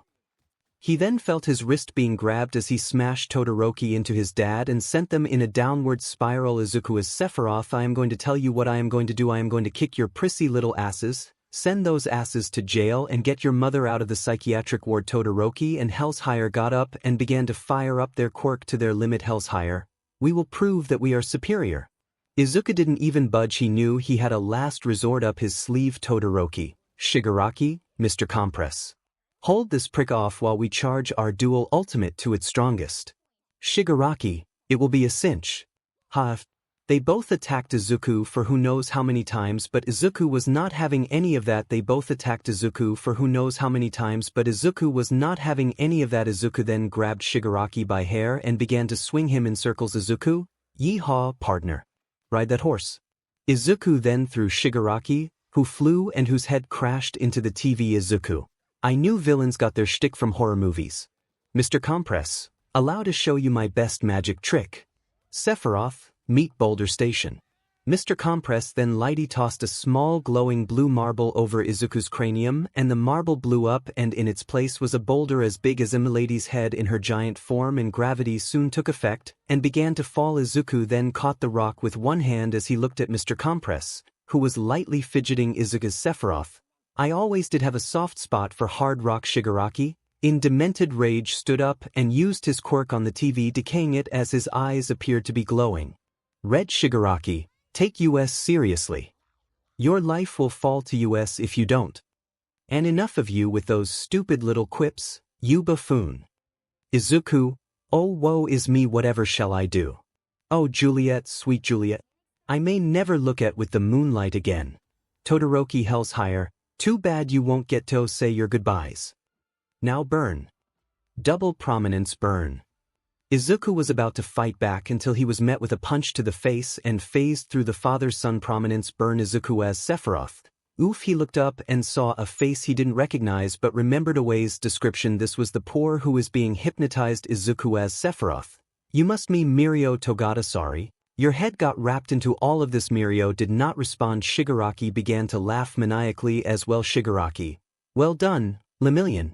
I must say, you are really impressive having come here all the way from your cell. Togata did respond as Mirio's back was turned to him. Izuku caught glimpse of a blinking red bump on his skin, specifically where his hair and neck met. It was a subtle spot to put it. Izuku had a new plan, find a way to get that chip out of his neck, get Bakugu's but back to his classmates, give the chip as evidence of his innocence and still kick. But Mirio then turned around to face Izuku as he then shouted Mirio, POWWW. Mirio then ran at Izuku as Izuku somehow knew this was going to happen. What was a newfound shock for him was that Mirio phased through him before he tried to land a lethal punch and Izuku caught it. Izuku as Sephiroth. Let me help you, you're not yourself right now Mirio. I will fight for the cause. Todoroki. Looks like my plan is falling into place. Izuku and Mirio were not even making contact, they kept phasing through their attacks. Izuku saw a perfect opening and he drew his Mad Hatter's blade. Izuku then teleported behind Mirio, who was caught off guard. Izuku Sephiroth. I'm sorry I had to do this. He then slit the back of Mirio's neck and pulled out the inhibitor chip as he quickly grabbed Mirio's neck. which was oozing with BLD and began to heal it. Izuku had used a spell to send Mirio into unconsciousness and lied him gently next to Bakugo. Izuku, are you now considering surrender? Todoroki, just when things are perfectly going well. Not a chance in hell. At that moment, All Might had crashed into the bar with his signature smile, landing a punch on 𝗵𝗃𝗧𝗵𝗲. I am here. It's over, 𝗵𝗃𝗧𝗟. Your turn to villainy will end here. 𝗧𝗪𝙢𝗢, 𝗵𝗃𝗧𝗏 is no more. Now there is only 𝗪𝗪𝗢. If I cannot beat your heroic rival, then I shall beat you as your villainous enemy. They both rushed each other and they began to fight at full strength. The other pros immediately began fight the other villains as Izuku carried both UA students on his shoulders and ran out of the bar. Izuku then saw the media recording as he saw some other UA student hiding. He then teleported to them and handed them the students. He then walked to Momo and placed something in her hand. She then looked and saw the chip in her hand. She was about to ask him what it was for until he beat her to the punch. Izuku as Sephiroth, Todoroki and 𝗵𝗃𝗧𝗏 have become villains. That chip was used to mind control Togata. He controlled Mirio in order for him to do what he did to you. Apparently, they have a grudge against me. Ms. Yaoyorozu, I want you to hold on to chips so that Todoroki and 𝗵𝗃𝗧𝗏 can be placed in prison for good. Momo, thank you, Mr. Sephiroth, for everything you have done since you saved Island. Izuku's Sephiroth, I had to save them from Wolfram. I am not letting them get hurt, just like I am not letting your precious Izuku get hurt. Wait a little while longer. I am sure he will forgive you. Momo bowed as she thanked him until the entire bar he was at just blew up and everyone in it was all scattered. Izuku wasn't fazed as he focused on who blew the bar apart and caused the damage. He then looked up and saw a man in a tuxedo float down and spread his arms as he walked towards All Might. The other heroes quickly evacuated every other hero and villain as they were all knocked out. You were supposed to be defeated. Why and how are you alive, all for one? Hello, my nemesis. It's been so long since our last scuffle. All for one. I thought I defeated you. As you can see, All Might, I am very much alive and just as dangerous as when I fought you 5 years ago. I will defeat you for good, all for one. I will complete the promise I made to my and defeat once and for all. You cannot defeat what is undefeatable. All Might, you are slowly losing the embers of one for all, which begs me to the question, who did you pass it on to? Who is your successor? I will never tell you, all for one. I will fight you until the very end. A shame. I really wanted to meet this successor of yours. Ask him about the progress he's or she's made. All Might and All for One rushed each other and began to fight. They were throwing rapid punches at each other until All Might started gaining the upper hand. He doesn't know that All for One is merely testing his strength. All Might delivered a punch to his face and sent him flying. All for One stomped his feet into the dirt and slowly began to come to a stop. When he did, All for One simply cackled. How weak, my goodness. All Might, you are not at your prime at all. Such garbage. I will defeat you. All for One floated toward him as he sent a gust of wind at his wounded area. As All Might staggered in pain, he used black wires to trap All Might as he spun a semicircle and threw him into a building. An elderly man was looking at All Might with slight fear yet yelled at him with conviction. This was Gran Torino GT. What are you doing, Toshi? Letting this villain play around like that? You need to finish him. For Nana. Toshinori Yagi. You must go beyond plus ultra. Izuku's mindscape. I hate that phrase so much. All Might got up and charged up his final smash. Gran Torino is right. I cannot rest until you are defeated, All for One. I still haven't used my full power. But I will now. With what remaining strength I have. I will use my ultimate move. These heroic speeches are beginning to feel a bit repetitive, especially from you, All Might, but I will bring forth a new utopia, a utopia of villains where villains shall have control. You cannot stop it. No one can and no one will. Air cannon. He shot forth another gust of wind as All Might dodged. This gave All for One the opening as he quickly floated up to the air and began to release a lot of pressure, causing the area around them to quake. All Might moved back as to not get hit. When All for One landed on the ground, All Might had landed the punch he had been waiting for. This is it, All for One. This will truly defeat and you will never haunt us ever again. Unknowingly 𝗧𝗪𝗧𝗏 𝗧𝗪𝗧𝗏. He then sent all for one in a downward spiral. As the aftermath of the punch created a tornado, everyone celebrated as they saw their symbol of peace had attained victory. Everyone except Izuku. He knew something was wrong. Momo noticed this as he saw him glaring at the dust. Momo, is there something wrong, Mr. Sephiroth? Izuku's Sephiroth. Yeah, there is. All Might just got weaker and all for one is still alive and he's getting even stronger. Momo, what? Are you sure? Izuku's Sephiroth. I am very certain. In fact, look at All Might now. He then pointed at the clearing dust and Momo looked. What she saw horrified her. It was All Might, but he practically skeletal. He looked so terrible. Momo, how did this happen? Izuku as Sephiroth. He used so much of his quirk that what remaining strength he had actually depleted it. That means his quirk is gone for good. Momo gasped, and the other students hear this too. They couldn't believe it. They had lost their symbol of peace. He can no longer fight. The media needed time to process this. The now skinny man, Toshinori, was panting heavily until he received a bit to the face as he was sent flying into a crumbled down wall. AFO. You are a fool, All Might. You can never defeat me. I have many quirks at my disposal, quirks specifically chosen to eradicate you, not just chip away at your life little by little, but to break you and end you so that this game can end with villains being victorious. All for one's right arm began to grow bigger as it was also started to get deformed with sharp pieces of metal coming out of them and other pieces of stuff. AFO. Now then, time to bring this battle to its conclusion. 𝗧𝗵𝗃𝗲. He then flew at the broken man until his big fist was met with another fist. It was Izuku's. AFO.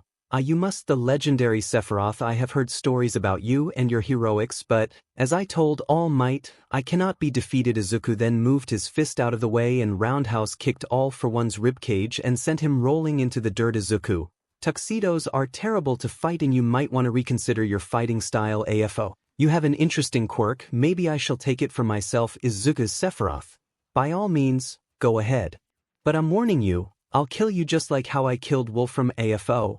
I am quite excited to have such a perilous dance with you. Izuku then whipped out his Mad Hatter's blade as he took a stance. Izuku as Sephiroth. I don't feel the same. Killing you just might be a trophy for me. It's a demon shame though. I really wanted to fight All Might. Sephiroth versus All for one. Everyone was shaking in anticipation for this struggle between powerful forces. All Might was pissed that he couldn't defeat one for All's counterpart, pissed that his game was now gone and completely given to Sephiroth. And most of pissed that he was getting help from a vigilante. Q, one of the most badass songs ever. They both stared each other down with fire in their eyes, one hoping to take the other down. Then they slowly began to walk to each other and they slowly picked up speed. Izuku then ran faster than the human eye can see and All for one flew at him with slight anger yet excitement. They then hit each other elbows and a shockwave spread throughout the entire country, breaking everything from windows to trees to even breaking the earth beneath them. They began to fight at rapid speed, so much so that they were no longer visible, but the sonic booms their attacks left were very powerful. The way they used the terrain to their advantage was incredible. Izuku's mindscape. The best part of this is that he's taking this very seriously and I'm taking this as a joke. Geez, I really am more powerful than I ever imagined. It's almost frightening, but I like it. As their bout continued, they displayed their most dangerous sides. As their bout continued, they displayed their most dangerous sides. Izuku was using his sword to cut or deflect the villain's long-range attacks. Izuku striked All for one's mask as he sliced it in half. Izuku wanted to end this battle quick as he was starting to get tired and hungry, so he started charging a blue orb in his hands using concentrated ki. Everyone that was watching was wondering what kind of quirk was that. Izuku then powered up slightly. Izuku's Sephiroth. 𝗵𝗃𝗲𝗄𝗵𝗃𝗲. All for one smiled as he prepared to deliver his best AFO, air cannon maximum output. Both attacks were flying to their target and the moment they collided, another shockwave was sent around the earth and sparks of lightning were coming off of the attacks. AFO. You impress me, Sephiroth. In all of my years being on this planet, I have never met an opponent as strong as you. You are even more powerful than All Might when he was at his prime. You are a T-Rex and he is nothing but an ant. And for that, you shall have the honor of me expending my full power. All for one created as shell of wind as it grew larger and his air cannon became more powerful. But Izuku wasn't about to let up. Izuku as Sephiroth. Don't think you can beat me just because you are the most powerful villain. I haven't even begun to get serious. This is serious. Kamehameha x 10.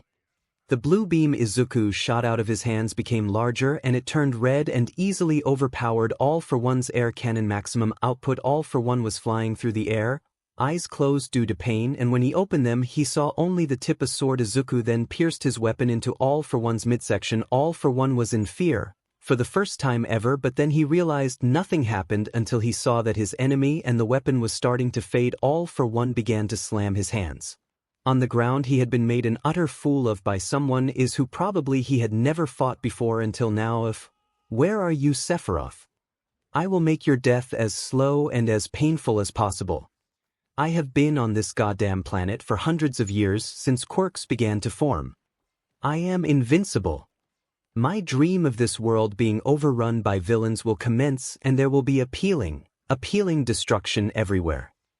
Thunder came tumbling by as everyone looked into the air and saw Izuku raise his hand into the air, and a vortex began to form with the clouds as lightning struck the ground so many times, leaving burnt crater around the globe. Izuku, so it really is about time to end this. I will show you true despair. 𝗲𝗏. A giant orange ball producing purple lightning formed from his hand, and it grew bigger. Eventually it grew into the size of the earth, and everyone was frightened. Was he going to destroy the planet? Is he insane? The skeletal man attempted to get up, and he did, and yelled at the top of his lungs, Toshi, don't do it. Everyone on One Eye Island, however, knew him personally, so they knew that he wouldn't destroy the planet. Izuku as Sephiroth. Supernova. Izuku then tossed the orb at 𝗲𝗏, and 𝗲𝗏, being the arrogant villain that he is, held his hands and arms out to try to stop it, but he was fooled yet again as the attack disappeared the moment it made contact with villain's hands. Are you done yet, boy? And if so, do you have any last words before I execute and send you straight to hell? Izuku floated down to the ground and smirked at the partially faceless villain. Izuku as Sephiroth. Actually, yes, I do one. I am not the one who is going to be dying anytime soon too. How did you fall for the same trick twice? 3. I'm invincible. I can't be vinced. I'm invincible. Why are you trying to vince me? And lastly, number 4, ya plum done gone dadgum did it now, son. Izuku then grabbed his sword and impaled 𝗲𝗏's chest as 𝗲𝗏 clutched onto the blade as he was being hoisted into the air. Kill me, Sephiroth. Just like you said you would. Gran Torino. Don't kill him. He has stolen quirks of several people and he has to return them. Izuku looked at Gran Torino, then back at 𝗲𝗏. Izuku then slammed his fist into the side of his head as 𝗲𝗏's skull began to bleed as he then threw the century-old villain at the authorities. Izuku's Sephiroth. It seems I had to clean up the hero's mess yet again. What a pain in my, but it's time for to take my leave. The police then aimed their pistols at him as the principal of 𝗬𝗏 had arrived. Izuku's eyes slightly widened since it has been a while since he last spoke to the mysterious creature 𝗬𝗏. I am sorry, but you cannot leave. You must be taken in for interrogation and sent to prison for violating several laws. Izuku as Sephiroth. And I apologize for the inconvenience of me not giving a f. I am leaving now. The police then lined their shots at the silver-haired hero as at that moment he disappeared. Momo secretly cheered that Sephiroth got away. She needs him alive in order for her to see her emerald cinnamon roll bunny. Izuku again. She then remembered about the chip as she walked up and gave it to the police with Izuku. Izuku was now in his room and groaned in pain and fatigue as he heard someone knocking on the door, and he let them pass. He thought it was Melissa and Tuya, and so he opened the door, but he was met with an unexpected surprise. It was Tuya and Melissa, but they were accompanied by 2 others, former classmates he knew very well. It was Mina and Kirishima. Mina. Kirishima. Hi Midori. Sup Midori bro. Izuku was shocked. Why did they come to see him? What did they want? Izuku. I saw you guys on the battlefield where I fought 𝗲𝗏. Ishido. Kirishima. What are you guys doing here on I Island? And how did you get here so fast? Mina. Looking for you. Midori. Where is Sephiroth? Izuku. Come in. The 4 went in and he closed the door behind them as they all say his table. Kirishima. What is it? Midori bro. Izuku then closed his and he transformed into Sephiroth. Mina and Kirishima were stupefied. Izuku Midoriya, a quirkless person, obtained a quirk. This was incredible. Mina. Midori, you have a quirk. Congratulations. Kirishima. Mina's right, this should be a cause for celebration. It is such manliness. Izuku then reverted back to normal. Izuku. This is not a quirk. Mina. What? What do you mean it's not a quirk? Izuku.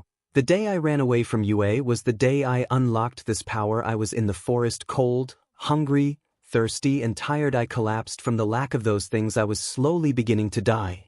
But in my mindscape, I met 3 powerful warriors from different worlds. They possessed no quirk, but I quickly caught on that they were far stronger than any quirk that could ever exist. Their names were Goku, Vegeta, and the man I named myself after my namesake, Sephiroth Kirishima. What the heck does that have to do with your power? Mina then smacked him in the back of the head as she glared at him, making him shut up. Mina. Hush, you. I want to hear the rest of the story. Please continue. Midori. Izuku nodded and pressed on with the story. Izuku, they told me that they were dying in their respective worlds and that 𝗵𝗃 stumbled across me and wanted to give me their power. I, with only my knowledge of quirks, asked them what their quirks were. They laughed as they confidently claimed that they have no quirks. I agreed to take their power. Each of them gave me 33% of their power. Their power, when I first wielded it, was overbearing. I was shocked that I now had power. They told me to use this power for good and to protect everyone on Earth from any threats, no matter the cost. At that given moment, I changed. I felt better than ever, and through all of these battles, I keep getting stronger. Kirishima, do these powers of yours have any limits? Mina, that was what I was planning to ask. Izuku, it has no limits. I can keep fighting and protect the innocent. You saw what happened today. All Might had lost his power. He couldn't keep fighting. I had to step in for him. Mina, but what about 𝗵𝗲𝗻𝗲? She has been so depressed since you left, and I can already assume someone told you what happened to her. She begs for you every day. She fantasizes about you in her dreams, writes kind things about you in her diary, and draws so many things that involve you and her together. Izuku, I have heard she was violated by 𝗵𝗃 and Todoroki. However, 𝗵𝗃 was being mind-controlled, just like how my Momo was brainwashed by those assholes Todoroki and Shinso. I've been planning on these things. I don't want to reveal myself to her, yet she might worry that I may get involved in so many dangerous and reckless stunts that could quite potentially end my life. For now, I have to mislead her so that she doesn't figure out I am Sephiroth, or that Sephiroth is really Izuku Midoriya. I truly love her, which is why I can't let her know. If I were to die, she would be even more devastated than before. Mina, what about the authorities? Izuku, that is another tough thing I have to handle. I need to mislead them. As long as I have the ability to transform, they won't know Sephiroth is actually Izuku Midoriya. Melissa, we knew for quite a while. In fact, everyone on Island knows. We just keep it a secret from everyone. Kirishima, what about these 2, Midori bro? Who are they and how did you meet them? Izuku, I met them when I first moved to Island here, when I got my first kill. You clearly remember everyone was practically watching me kick butt, and they are Melissa Shield and 𝗬𝗏 Todoroki, but he prefers to call himself 𝗬𝗏 Shield ever since Endeavor disowned for being too weak apparently. Kirishima, another Todoroki. Wait, you mean this is the guy you mentioned when you went up against the pros? Izuku, yeah, he is very different than Shoto or Endeavor. He and his sister and brother, Fuyumi and Natsuo, are very different based on what he's told me. They are more like his mother, who Endeavor abused and forced to give 𝗵𝗃𝗏 to a powerful weapon. Mina, geez, this is a lot to take in. Midori. Izuku, at first, but after a while, the pieces start to fit together, like a puzzle. Speaking of 𝗬𝗏's family, 𝗬𝗏, do you want to come with me to pick up your siblings and go take your mother out of the psychiatric ward? Kirishima, why is she in a psychiatric ward?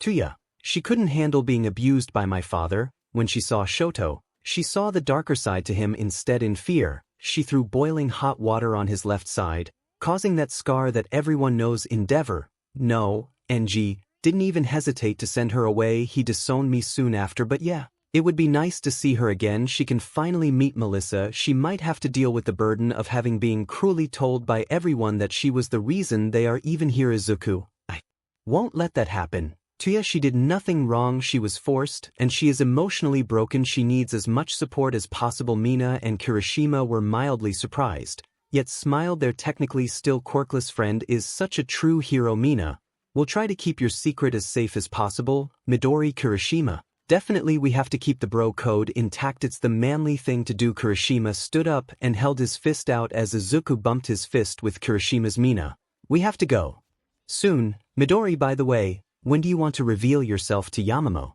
Izuku, before the hero agency internships later tonight. Really, I want to atone for my past mistakes for leaving when she needed me the most. Kirishima, the internships are coming up soon. You better hurry. Midori. Mina, wait. Before we leave, We wanted to give you this as a thank you for everything you've done so far. Izuku took the gift and thanked them for it. The two hero core students then left Izuku's place as they said their goodbyes. Izuku then turned to Melissa and 𝗬𝗬𝗎. Izuku, all right. Let's go pick up your siblings and get your mom out of that place. He then transformed so that he would be undetected. Izuku's Sephiroth. Place your hand on my shoulder. Melissa and 𝗬𝗎𝗎 did as they were told, and Izuku, from hearing the description of 𝗬𝗎𝗎's siblings, teleported to the Todoroki household. When he used instant transmission to get there successfully, he startled the two remaining Todoroki children. Izuku noticed that both of them had white hair, for the most part, and that some tiny bits were red. 𝗵𝗃𝗲. Who are you? Oh my goodness. Sephiroth. Natsuo. Sephiroth. What is he doing here? 𝗵𝗃𝗲. 𝗬𝗬𝗎. Hey, 𝗵𝗃𝗲. Natsuo, we've come pick you up and come get mom and to see her. Are you guys in? 𝗵𝗃𝗲. Wait, 𝗬𝗬𝗎. Is that really? 𝗬𝗬𝗎. Hey, little sis, it's been a while. Natsuo. Holy. It is really is you, 𝗬𝗬𝗎. He then walked over to them and gave them a hug. 𝗬𝗬𝗎. Aren't you gonna give your big brother a hug? It's been so long since I've last seen you guys. Both of them started to cry as they then embraced their eldest sibling. 𝗵𝗃𝗲. Idiot, idiot, idiot. Why did you leave us? Natsuo. We had no one to protect us from his wrath. We needed you. 𝗬𝗬𝗎. I'm sorry, but remember, I got disowned by him and had to leave mom and I had no say in the matter. The three let go of the hug as Natsuo and 𝗵𝗃𝗲 smiled full smiles while 𝗬𝗬𝗎 just gave them a light grin in return. The siblings saw Melissa as she noticed them looking at her and waved. Natsuo. Who is she? 𝗬𝗬𝗎. 𝗬𝗬𝗎. That, right there, is my fiancé, Melissa. 𝗎𝗪. I stopped calling myself a Todoroki and started calling myself a 𝗎𝗪𝗓. Melissa? Pleasure to meet you all. I hope I can be the best sister-in-law. 𝗵𝗃𝗲. So you are now the new Mr. and Mrs. 𝗎𝗪𝗓, huh? 𝗬𝗬𝗎. Indeed, and of course, you've already met my friend, Sephiroth. Izuku did a to-do finger towards them. Izuku, as Sephiroth. Sup Natsuo, you said we were going to pick up mom, is that right? Don't you need dad's signature in order to let her leave? Everyone noticed how Natsuo said this with venom in his voice. 𝗵𝗃𝗲 told him to calm down, to which he slowly did. 𝗬𝗬𝗎. Not necessarily. So see, everyone should have seen how 𝗫𝗫𝗏 and Shoto became villains. This could mean that they might be lenient on letting our mom leave that place. Natsuo and 𝗵𝗃𝗲 nodded. 𝗬𝗬𝗎 was right. They had a chance to let mom live with them again. 𝗬𝗬𝗎. Don't worry yourselves about transportation. Sephiroth has got that in the bag. Izuku's Sephiroth. Come on, you two, grab my shoulder. We'll be there in an instant. They were hesitant, but they complied and placed their hands on his shoulders. Izuku then moved to fingers to his forehead and used instant transmission with Momo. Momo was still sad, but she felt better knowing her Izuku was safe and sound, knowing that Mr. Sephiroth was his sort of bodyguard. She had been sleeping in Izuku's dorm room at UA. Every pro was convinced that Todoroki and the other villains might come after her again, and her parents understood this quite well. She tossed and turned on his bed as she missed his touch. She really wanted him to spoon her, to hold her. Momo. Where are you, my precious Izuku? I miss you and I want nothing more than your love and forgiveness. I know you are okay. I just want to see and caress your face with care and love as you have done to me in the past. I miss everything about you. Please come back. The longer we stay divided, the more obsessed I become. My lust for you grows and my true love even more so. Izuku, my quirkless little emerald cinnamon roll bunny. I need you. She then grabbed a picture of her and Izuku as she then started to slowly massage her folds. She then closed her eyes and leaves her head back as she imagined Izuku giving her a rough pounding. When he soon returns, she then put one 𝗬𝗲𝗎 in her mouth as she started fingering herself at an even faster rate. Momo moans were getting louder as she switched to the other 𝗵𝗲𝗎 once more and with eyes of lust, stared at Izuku's picture. Momo's mindscape. Izuku, my love. I'm close, please don't tease me. You're making me reach my orgasm. Please just keep pounding that PP of yours in this PP. You are the boss. She soon reached her 𝗬𝗪𝗧𝗍𝗪𝗧 as her eyes widened as her body twitches with ecstasy. Momo. Wow, that was incredible, my Izuku. A few minutes later she got off her 𝗧𝗪𝗧𝗍𝗪𝗧 high as she soon went to tools a shower and got dressed for sleep, hoping for another sweet dream with Izuku. Izuku had teleported to the ward, but the former Todoroki children were anxious with everything that has happened since. They were concerned that visiting their mother was a dreadful idea. Izuku knew it was the right thing to do. Izuku's Sephiroth. I'll take the lead if that's all right with you. They all nodded as he walked in front of them and they followed suit. There was a young female attendant at the desk, and when she looked up, she saw the overwhelmingly handsome face that is Sephiroth and fainted with a smile on her face. Izuku's Sephiroth. I thought that effect would not affect women by now. Especially since I nearly killed 𝗬𝗲𝗏's old rival, but I guess not. Izuku then left a picture of himself in his transformed state and gave it an autograph as he placed it in her hand, as well as a note explaining what they were there for. Izuku as Sephiroth. 𝗬𝗲, just write your name and we pick her up. Okay, should be easy enough. Izuku gently lifted the woman and placed her back in the chair as he placed her in a comfortable sleeping position. Izuku as Sephiroth. Alright. Now that that's taken care of, let go get your mother. Wait. What's your mother's name? We can find her room number that way. Natsuo Fuyumi. Ray Todoroki. Izuku read through the list of names until he found the name they were looking for. Izuku as Sephiroth. Got it, let's go. Izuku grabbed the keys and they went off exploring as the five of them walked the halls, finding the room number that correlated to Ray Todoroki, and they eventually found it as Izuku handed 𝗬𝗲 the keys. Izuku as Sephiroth. The honor's all yours, bud. 𝗬𝗲 nodded as he then inserted the key in the door and opened it. Inside as was the sleeping figure of a woman with white hair and small eye bags as she wore a teal shirt and navy blue jeans. 𝗬𝗲, Natsuo and Fuyumi walked over to her as Fuyumi placed a hand on her arm and lightly shook her, waking her up. Fuyumi. Mom, wake up. Ray sat up on her bed as she rubbed her eyes to clear them, and when she saw what saw, she let small tears run down her face. It was her children, smiling at her while also donning concerned expressions. Ray, Natsuo, Fuyumi and 𝗬𝗲. It's me, Mom, I'm back in arms once again. Ray leapt and hugged her children with joy as the waterworks let loose and they gently hugged her back, hoping to not scare her off. Ray, my sweet babies, I heard everything about Shoto, about NG. I am to blame for all of this. If I had just fought back, things could have been different. Natsuo, we're just glad you're safe, Mom. Ray looked at the doorway as she saw Melissa and Izuku watching the scene unfold. Ray, you must be Sephiroth, the one who out Shoto and NG in their rightful place. Izuku took his bow. Izuku is Sephiroth. That is who I am indeed, Ms. Ray. My family name is 𝗵𝗲𝗏. Ray 𝗵𝗲𝗏 is Sephiroth. Well then, Ms. 𝗵𝗲𝗏, it very nice to meet you. Melissa then held out her hand for a handshake. Melissa. I'm Melissa 𝗧𝗟𝗍. I am 𝗬𝗲's fiancé. Ray lightly gasped from surprise, but it faded and turned to joy. Ray. Well then, Melissa, you must be a new Todoroki. Melissa. Actually, your son wanted to become a shield. 𝗬𝗲. But now that I know your family name, Mom, I will call myself 𝗬𝗲 𝗵𝗲𝗏 Shield. Ray. That sounds like a splendid name. 𝗬𝗲. Anyway, shall we take our leave? Melissa, Ms. 𝗵𝗲𝗏, Natsuo and Fuyumi, you can move in with me. And 𝗬𝗲. Fuyumi. Oh, heavens no. We don't want to become a burden on you. Melissa. Don't worry. We'll be overzealous to have you around. 𝗬𝗲. Yeah, we can make up for lost time together as a family. Ray. What a lovely idea. What about you, young Sephiroth? Do you care to join us? Izuku smiled at the reunited family, but shook his head. No. Izuku as Sephiroth. No, I don't want to cut in on your time together. Besides, I have someone special to get back to, but I'll take you back home before I leave. Climb aboard the Sephiroth Express. They all placed their hands on his shoulder as he utilized instant transmission and got them back home. Izuku as Sephiroth. See you later, everyone. They all waved Izuku goodbye as he started to lift himself into the air and flew off. He landed at UA and tried to find Momo at her dorm. While hoping not to attract any attention, he saw that she wasn't there, so he left to go to her house and also saw that she wasn't there. Then he had an epiphany. Of course that's where she would be. How could he be so DMN stupid? Izuku, she's at my dorm room.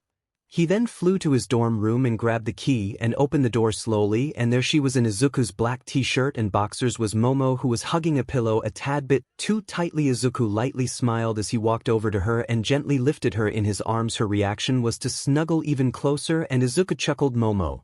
Izuku, I'm here, my Ravenette princess. Don't worry. I am not going to let anything or anyone to hurt you anymore. He then placed his lips on hers as he kissed his sleeping beauty. Momo. Izuku, please stay with me. I am sorry I ever cheated on you, my prince. She spoke in her sleep with tears running down her face. Izuku placed his forehead on hers as he spoke to her. Izuku, I forgive you. Momo, it was never your fault to begin with. I only have myself to blame. Izuku then placed her back on the bed gently as he then took off his shirt and began to slowly crawl underneath the blanket so that he doesn't disturb her sleep, and he slowly snaked his arm around her waist as he softly spooned her.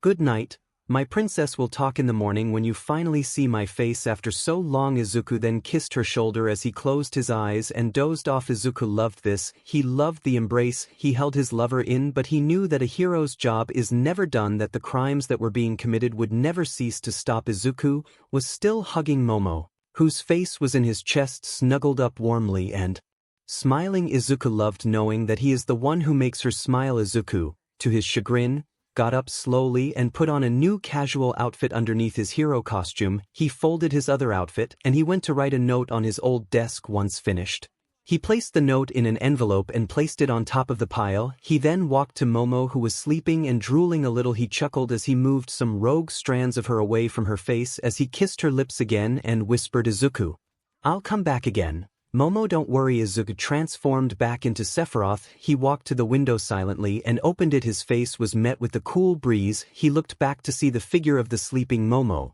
looking in the direction of where he was standing. "Izuku, I love you, Momo, no matter what happens to us." He then hopped out of the window and flew off to stop today's spree of crimes. A few hours later, Momo opened her eyes as she sat up and yawned and rubbed her eyes. She smiled as she had the best dream. She dreamed that Izuku came back to her as he gave her passionate kisses and he made love to her in the bed she was in. She looked at the door and saw nothing unusual. She turned her head and looked at the window. That was when she grew a bit concerned and confused. "Momo, I never open the window, although there seems to be a pleasant breeze that I very much enjoy." She looked at the foot of her bed and saw something new. It was a pile of clothes, neatly folded and with an envelope placed on top. Curious, she grabbed the envelope and began to open it and read letter starts. Also, the things in bold are the thing that both Izuku and Momo put more importance to the wife of my life, Momo, from Izuku. "Izuku, Momo, it's Izuku. I've heard about all of the things that have happened to you and I really wanted to come see you. I feel so terrible knowing that you still hold this love for me and I've abandoned you when you needed me. I couldn't find you at your home, so Sephiroth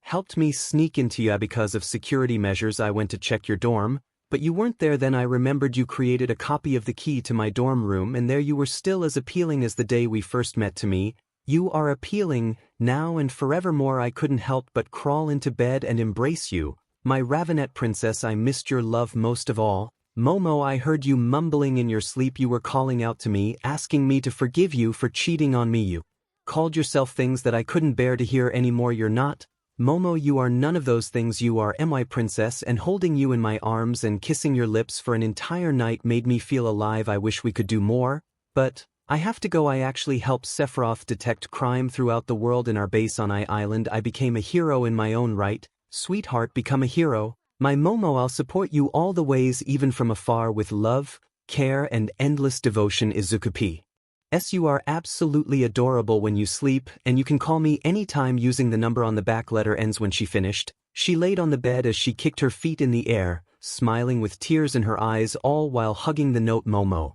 Izuku was here. Izuku came back. I'm so happy. My Izuku became an ally to the strongest man in the world. He forgives me. He forgives me and he loves me. He held me in his arms and he kissed me. He said that I am his and only his.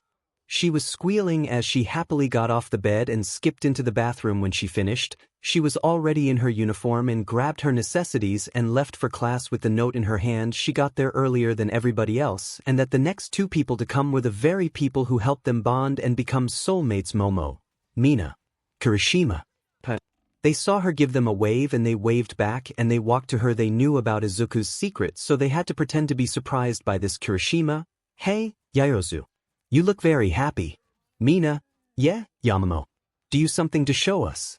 She then gave her female friend an eye waggle as Momo laughed. Momo, actually, yes, I do have something to show you. It's from Izuku. She then gave them the note and they read it over. Mina was in tears. He is such a romantic. Mina, Midoriya is such a romantic who is obviously devoted to you, Yamamoto. And whoa, your boyfriend is working with Sephiroth. That is so cool. I wonder what kind of secrets does he know about Sephiroth. Kirishima, whatever the case may be, he still loves, right, Yaoyorozu? Momo, right, and now I'm going to call the number on the back.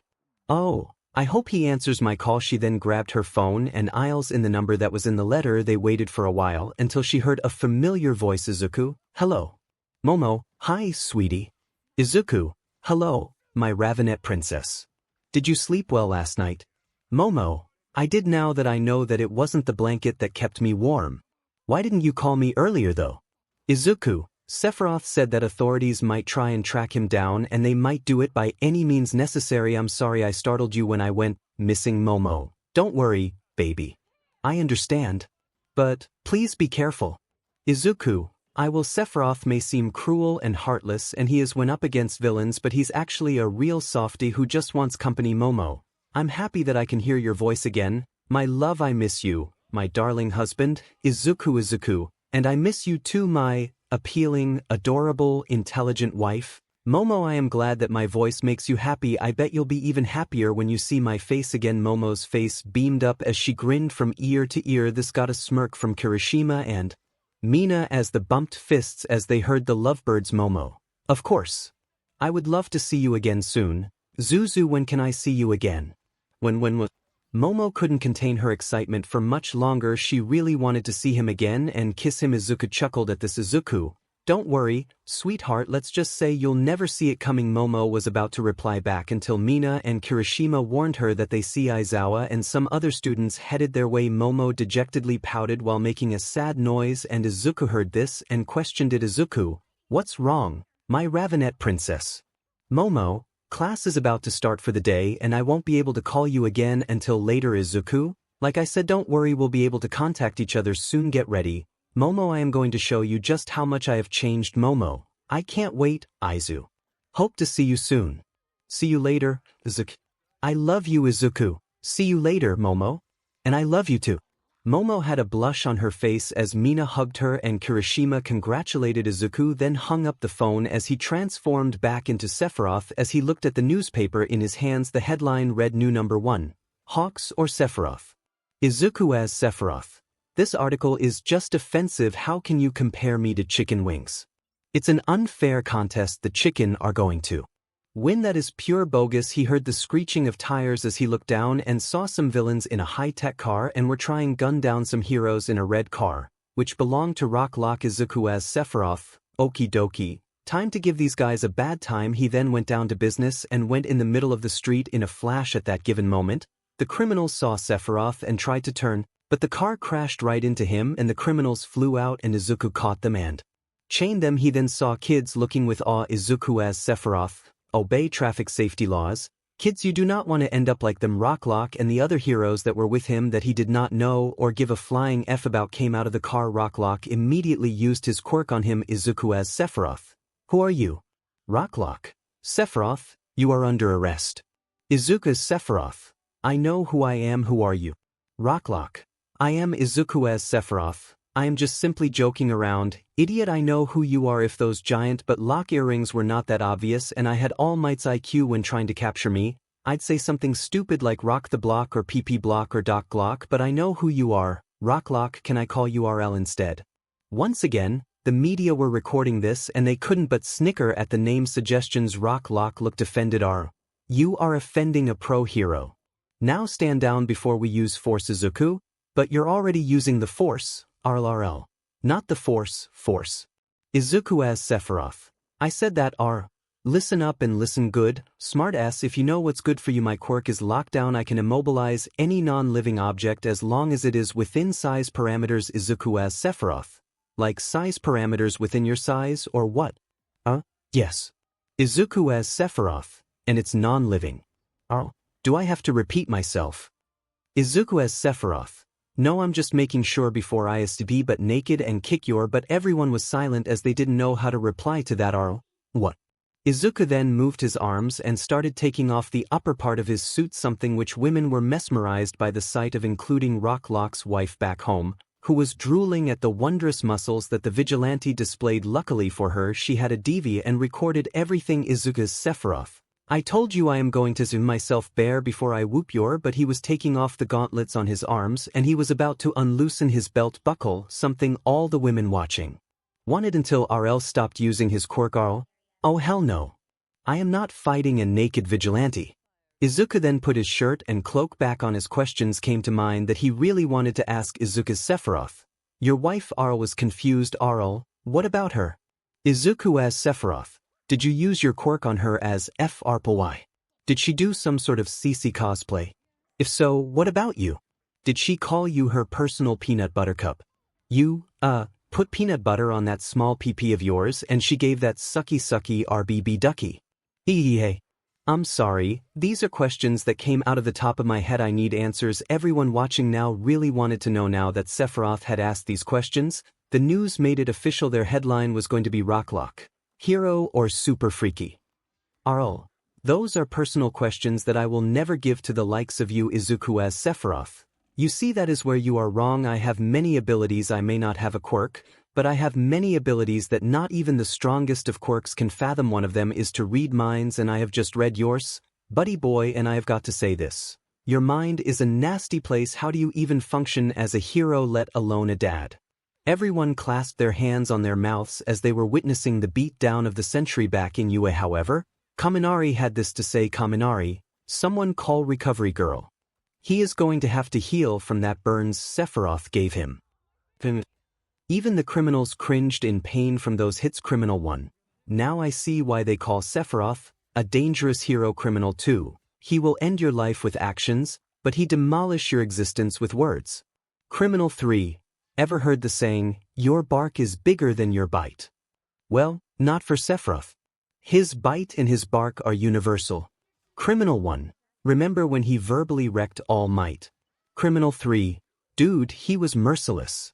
Criminal 2. No wonder All Might lost to a guy in a tuxedo. Izuku's Sephiroth. I am done here. He then walked to Rocklock, whose hand were clutching his heart. Izuku's Sephiroth. You are one nasty son of a beach. I'll tell you that. Goodbye. Izuku then flew away from the life-ending battle as no one even spoke anymore, and Rocklock walked back to his car, and as he spoke to himself, F you, Sephiroth. Your butt will be grass one day. And he drove off in rage somewhere that wasn't home, while Izuku was now in his normal form while sitting on a rooftop about to eat some katsudon with a drink of boba milk tea. Did you guys forget? He's wealthy now because of the jobs he gets from non-villainous rich cats. Izuku 𝗧𝗵𝗲 𝗵𝘃𝗲 couldn't take the heat any longer. Todoroki may spit fire and ice for his quirk, but I exceed his freezing point and his burning point by a lot. Speaking of which, I still need to figure what they are doing. Meh, I'll figure it sooner or later. Right now it's time to eat. Maybe I should take a little revenge on the guy just for fun. I'll send a clone of me to bang his wife and we'll see what happens. He did just that. He created a clone whose DNA was entirely different but identical in appearance to him, and the clone flew off to Rocklock's place and knocked on the door. She opened it, and she asked who he was. When she opened the door, she was met with the clone. She looked around and was aware of her surrounding and brought him in, and soon they were banging in the baby's room with the baby in his crib. The clone was happy to hear Rocklock's wife's moans for him, how she said that he had a bigger PP than her husband. After several hours of SEC and leaking both in and out, Rocklock's wife was tired, but she begged him to keep going, and the clone did that all while he had a camera recording the whole thing. Then when she came, he pulled out and came all over her as she kissed the clone and said that she enjoyed their one-time stand, and so did he. He then teleported away as she caught realization of the camera and had the video developed into a DVD for her to keep. Clone walked away from the house as he soon disappeared, and Izuku smirked. Izuku, good thing I can create clones and alter my DNA at will, otherwise things would have turned out quite badly. Rocklock was a major D-head anyway. There was stormy today, and Izuku was at the mall looking for some new games and movies. He had stopped several crimes throughout the day, and he felt exhausted. Izuku, I really need a vacation. So returning to his room, he decided to be dressed in a black hoodie with armor designed by 𝗬𝗧𝗏. It was flexible and was reminiscent of the armor he saw Vegeta as he was slowly dying. He wore black jeans, and underneath his hoodie he wore a white PlayStation shirt and wore his signature red sneakers. Izuku was still browsing the aisles at the store in the mall, but he decided it was best to leave because who knows when he will have to fight crime again. Izuku was still browsing the aisles at the store in the mall, but he decided it was best to leave because who knows when he will have to fight crime again. He walked right out of the mall and began to walk, appreciating the smell of the rain and how the raindrops fell on him. He was walking past an alleyway when someone crashed into his legs and fell. Oi, Izuku. He looked behind and saw a little girl who appeared to be 5 years old with white hair and bandages wrapped around her arms, legs and head. She also appeared to be in malnutrition. He took in the detail that she had a little horn on the right side of her forehead and her eyes were ruby red, yet they held fear, trauma, shame, guilt. Izuku was worried about the girl, so he kneeled down and gave her his hand. She took his head, albeit with a few trembles of her body. She got up and cleaned her torn dress. Izuku, hello, my name is Izuku Midoriya. What's yours? he asked as he lightly ruffled her hair. The little girl looked down at her feet as she timidly replied, "I'm Eri Izuku." "Well, Eri, where were you running from? Maybe I can help you go back." Eric's eyes widened quickly as she ran to the kneeling boy and hugged with tears threatening to pour. Izuku was shocked, but he gently embraced her with care. "Eri, don't take me back to that bad man." "Izuku, okay, I won't allow him to." "Eri, where are you?" "Eri, it's him. The bad man." She clutched and hid into his hoodie further. Izuku knew he had to do something quick, and he had just the idea. Izuku stood up and immediately took off his hoodie and put it on Eri and wrapped it around her as a blanket and quickly ran to the closest store to buy an umbrella and ran back. He faked walking, and at the infinitesimal of a second someone appeared from the alley. Izuku eyed the man with suspicion, but he can't confirm his suspicions just yet. He had to interrogate him first. "Izuku, excuse me, sir, are you looking for something?" The man looked at him in surprise, but he spontaneously regained his composure. "Yes, I am looking for my daughter. Have you seen her?" "Izuku, no, I have not. Sir, maybe if you can give me yours and her name, I can file a missing persons report for you." The man was shaking and he was sweating profusely, despite it being a cool rainy day. "Maybe that's not such a good idea, Izuku. Why not? Do you not care enough about your daughter?" "That's a PP move, Ravencroft. My name is Dai Misaki. My daughter's name is Eri Misaki." Izuku's mindscape, hook, line and sinker. "Beach, I've got you now. Kai Chisaki." "Izuku, thank you for the information. I'll be sure to give it to the authorities, and maybe even the pro heroes can help you find her." "Chisaki, thank you so much, Izuku. It was no problem at all. Mr. Misaki, have a wonderful rest of your day." When Izuku was away a reasonable distance, he can see that Chisaki was still desperately looking for Eri. Eri popped out from her little cocoon as she looked up at Izuku, and he looked down at her and smiled. "Izuku, you're safe now. Eri, the bad man cannot hurt you any more now. Come on, I am going to adopt you, but before that, why do you wear bandages?" "Eri, they put sharp metal things into me and they take out the red stuff, and they called themselves doctors." "Izuku, thank you for telling me all of this. Eri, you can trust me. No matter what. Now let's get going. I need to change real quick." He began to walk to a less inhabited part of the city, and he was looking around to see if anyone could spot him. When he was in the clear, he transformed into Sephiroth once more. Eri was in awe. She couldn't believe it with her own eyes. Her would-be papa was the man the bad man was talking about. They wanted to hurt him. "Izuku as Sephiroth, let's go get you adopted." Snowflake. Izuku then flew off to find the nearest adoption center, which was also conveniently a hospital. The moment he walked in, he saw how jam-packed it was. Izuku's mindscape, business is booming for these guys. He rang the little desk bell. The attendant was a doctor, and he looked up and smiled. "Doctor, well, if it isn't everyone's favorite hero, Sephiroth, you've made quite the impression on the young lads and lasses." "Izuku's Sephiroth, I do it because it's the right thing to do. Not everyone thinks I'm a hero, though, doctor. It's nothing but pish-posh, lad. Everyone is so focused on All Might retiring soon. Your name will go down in history. Those who love you will miss you when you leave. I will be one of them. The world may not realize it, but you are the hero it needs, but not the hero it deserves." "Izuku's Sephiroth, thank you, doctor. It pleases me to know that so many people stand by my side, doctor." "Why, of course, lad. Anyway, what brings you in here today?" "Sephiroth." "Izuku as Sephiroth, I came to register and adopt her. I found her on the streets. Well, she found me by crashing into me, doctor. By Jove, of course we can't let a parentless child loose in the city. She could be in danger." "Izuku as Sephiroth, doctor, she has a phobia of doctors. She told me that they inject her with needles and they draw her blood out for something, doctor.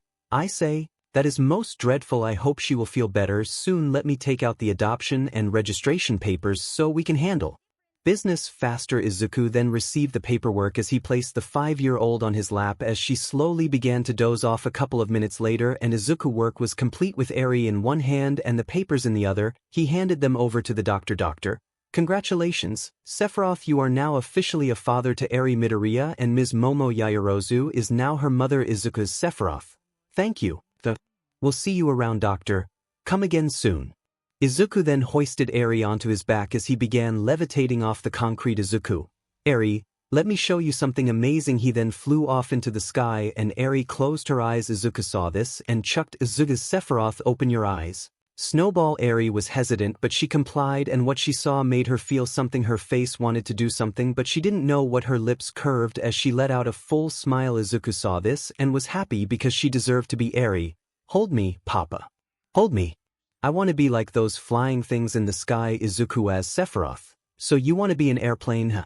Okay. He then grabbed his daughter and held her waist as 𝗧𝗧𝗍 spread her arms open in a T formation. 𝗧𝗧𝗍. Vroom. I'm an airplane. Izuku, yes you are, 𝗧𝗧𝗍. Yes you are. Izuku and 𝗧𝗧𝗍 flew all the way back to Island, laughing and having fun with Chisaki. Chisaki was outdoors practicing against a sandbag, hoping to release all of the stress he received just from today by kicking and punching the thing. Chisaki, I will win. I will rid the world of its quirks. He then stopped and began to dry himself off with a towel. Chisaki, the disgusting disease that has plagued the planet known as heroes will no longer exist. And Sephiroth, I will make him bow before me. I will make him kneel. I know how so many people are trying to beat him, but I've found the perfect way using that pesky girl's BLD. I will rid Sephiroth of his quirk and he will be rendered powerless. I have more than enough of those quirk erasing bullets. Enjoy your victories while you can, Sephiroth, because the Yakuza are making a comeback. You will be my first great experiment. So the bullets are finally prepared then. Excellent. Chisaki turned around and smiled. Chisaki, well, it's good to see the League of Villains again, especially you, Shoto and 𝗧𝗪𝗧𝗍 with Izuku. Izuku and 𝗧𝗧𝗍 had made it back to his safe house on Island and he was transformed back to normal. He then called Melissa and 𝗬𝗧 to be with her as they immediately took her out shopping. That is when he decided to call Momo. Izuku, hey Momo. Momo, hi Aizu. What have you been up to? Izuku, well, we are now going to be parents. Momo, I have adopted a child. Momo didn't answer and was waiting for her to respond until Mina took over the call. Mina, Yamamo's fine on our side. Midori, she just landed on her bed with swirls in her eyes, saying with a smile that she is a mama. Kirishima, what's happening? Midori bro. Izuku, oh, hey Ashido, she found me as I was walking around. Momo, can you hear me, sweetheart? Momo, of course baby. What is it that you need? Izuku, I need you guys and the pros to run a heist. All three of them were shocked. Run a heist? Was this a joke or was he being dead serious about this? Momo, Aizu, you can't be serious, honey. Izuku, sorry, I should have phrased it better. I need you guys and the pros to run a heist on the Shy Hasaikai organization. Kirishima, that's even worse phrasing. What about the League? Izuku, they're connected to this. Somehow that's where 𝗧𝗧𝗍𝗍 comes in. They used her quirk to create something that involves quirks. Her quirk allows to manipulate any living individual's body to an earlier state, meaning that she can heal injuries, make someone younger, or even revert people back to a state of non-existence. The more emotional she gets, the less stable it can become. It seems like they have used that to their advantage. If the League is involved, then it will include Sephiroth. Kirishima, are you sure about this? Midori bro, it seems kind of dangerous. Izuku, then let's get dangerous. Mina, Midori, you have lost your marbles. Izuku, wait, 𝗧𝗧𝗍𝗍 back along with Melissa and 𝗬𝗧, let me open them up. Izuku then got up and opened the door as 𝗧𝗧𝗍𝗍 immediately bounced and placed, begging to be lifted by her papa. Izuku, did you miss me, Snowball? Because I missed you too. 𝗧𝗧𝗍𝗍, I missed you so much, papa. Melissa, are you on a phone call? Midoriya, maybe we should leave you to your privacy. Izuku, if you guys are okay with it anyway, thank you for taking 𝗧𝗧𝗍𝗍 shopping. Melissa, Aunt Melissa is always here to help. Bye 𝗧𝗧𝗍𝗍. 𝗧𝗧𝗍, bye Auntie Melly. Bye Uncle Toto. Izuku smiled at his new daughter as the other couple were waved back and left. He then closed the door and gave the phone to 𝗧𝗧𝗍𝗍. Izuku, Mama's calling. Snowflake, go on, you can talk to her. 𝗧𝗧𝗍𝗍 was nervous. She does not remember her real mother, but she longed to have parents, so with a heavy breath she introduced herself. 𝗧𝗧𝗍𝗍, hi. Mama. Momo noticed how frail and small her voice was, so she spoke back gently. Momo, hello. My darling, how are you? Is everything okay? 𝗧𝗧𝗍𝗍, Papa talks about how pretty you are and how happy you make him feel. He never stops talking about you to me. I want to come see you. Mama, I want you and Papa to hug me. Momo let out tears. This was even more proof as to how much Izuku loved her and how much she wanted to be a mother to their new daughter. Mina was close to her, bawling her eyes out hearing mother and daughter, while Kirishima was trying so hard not to cry. Kirishima, don't get choked up. Ijiro, be a man. Momo, we will.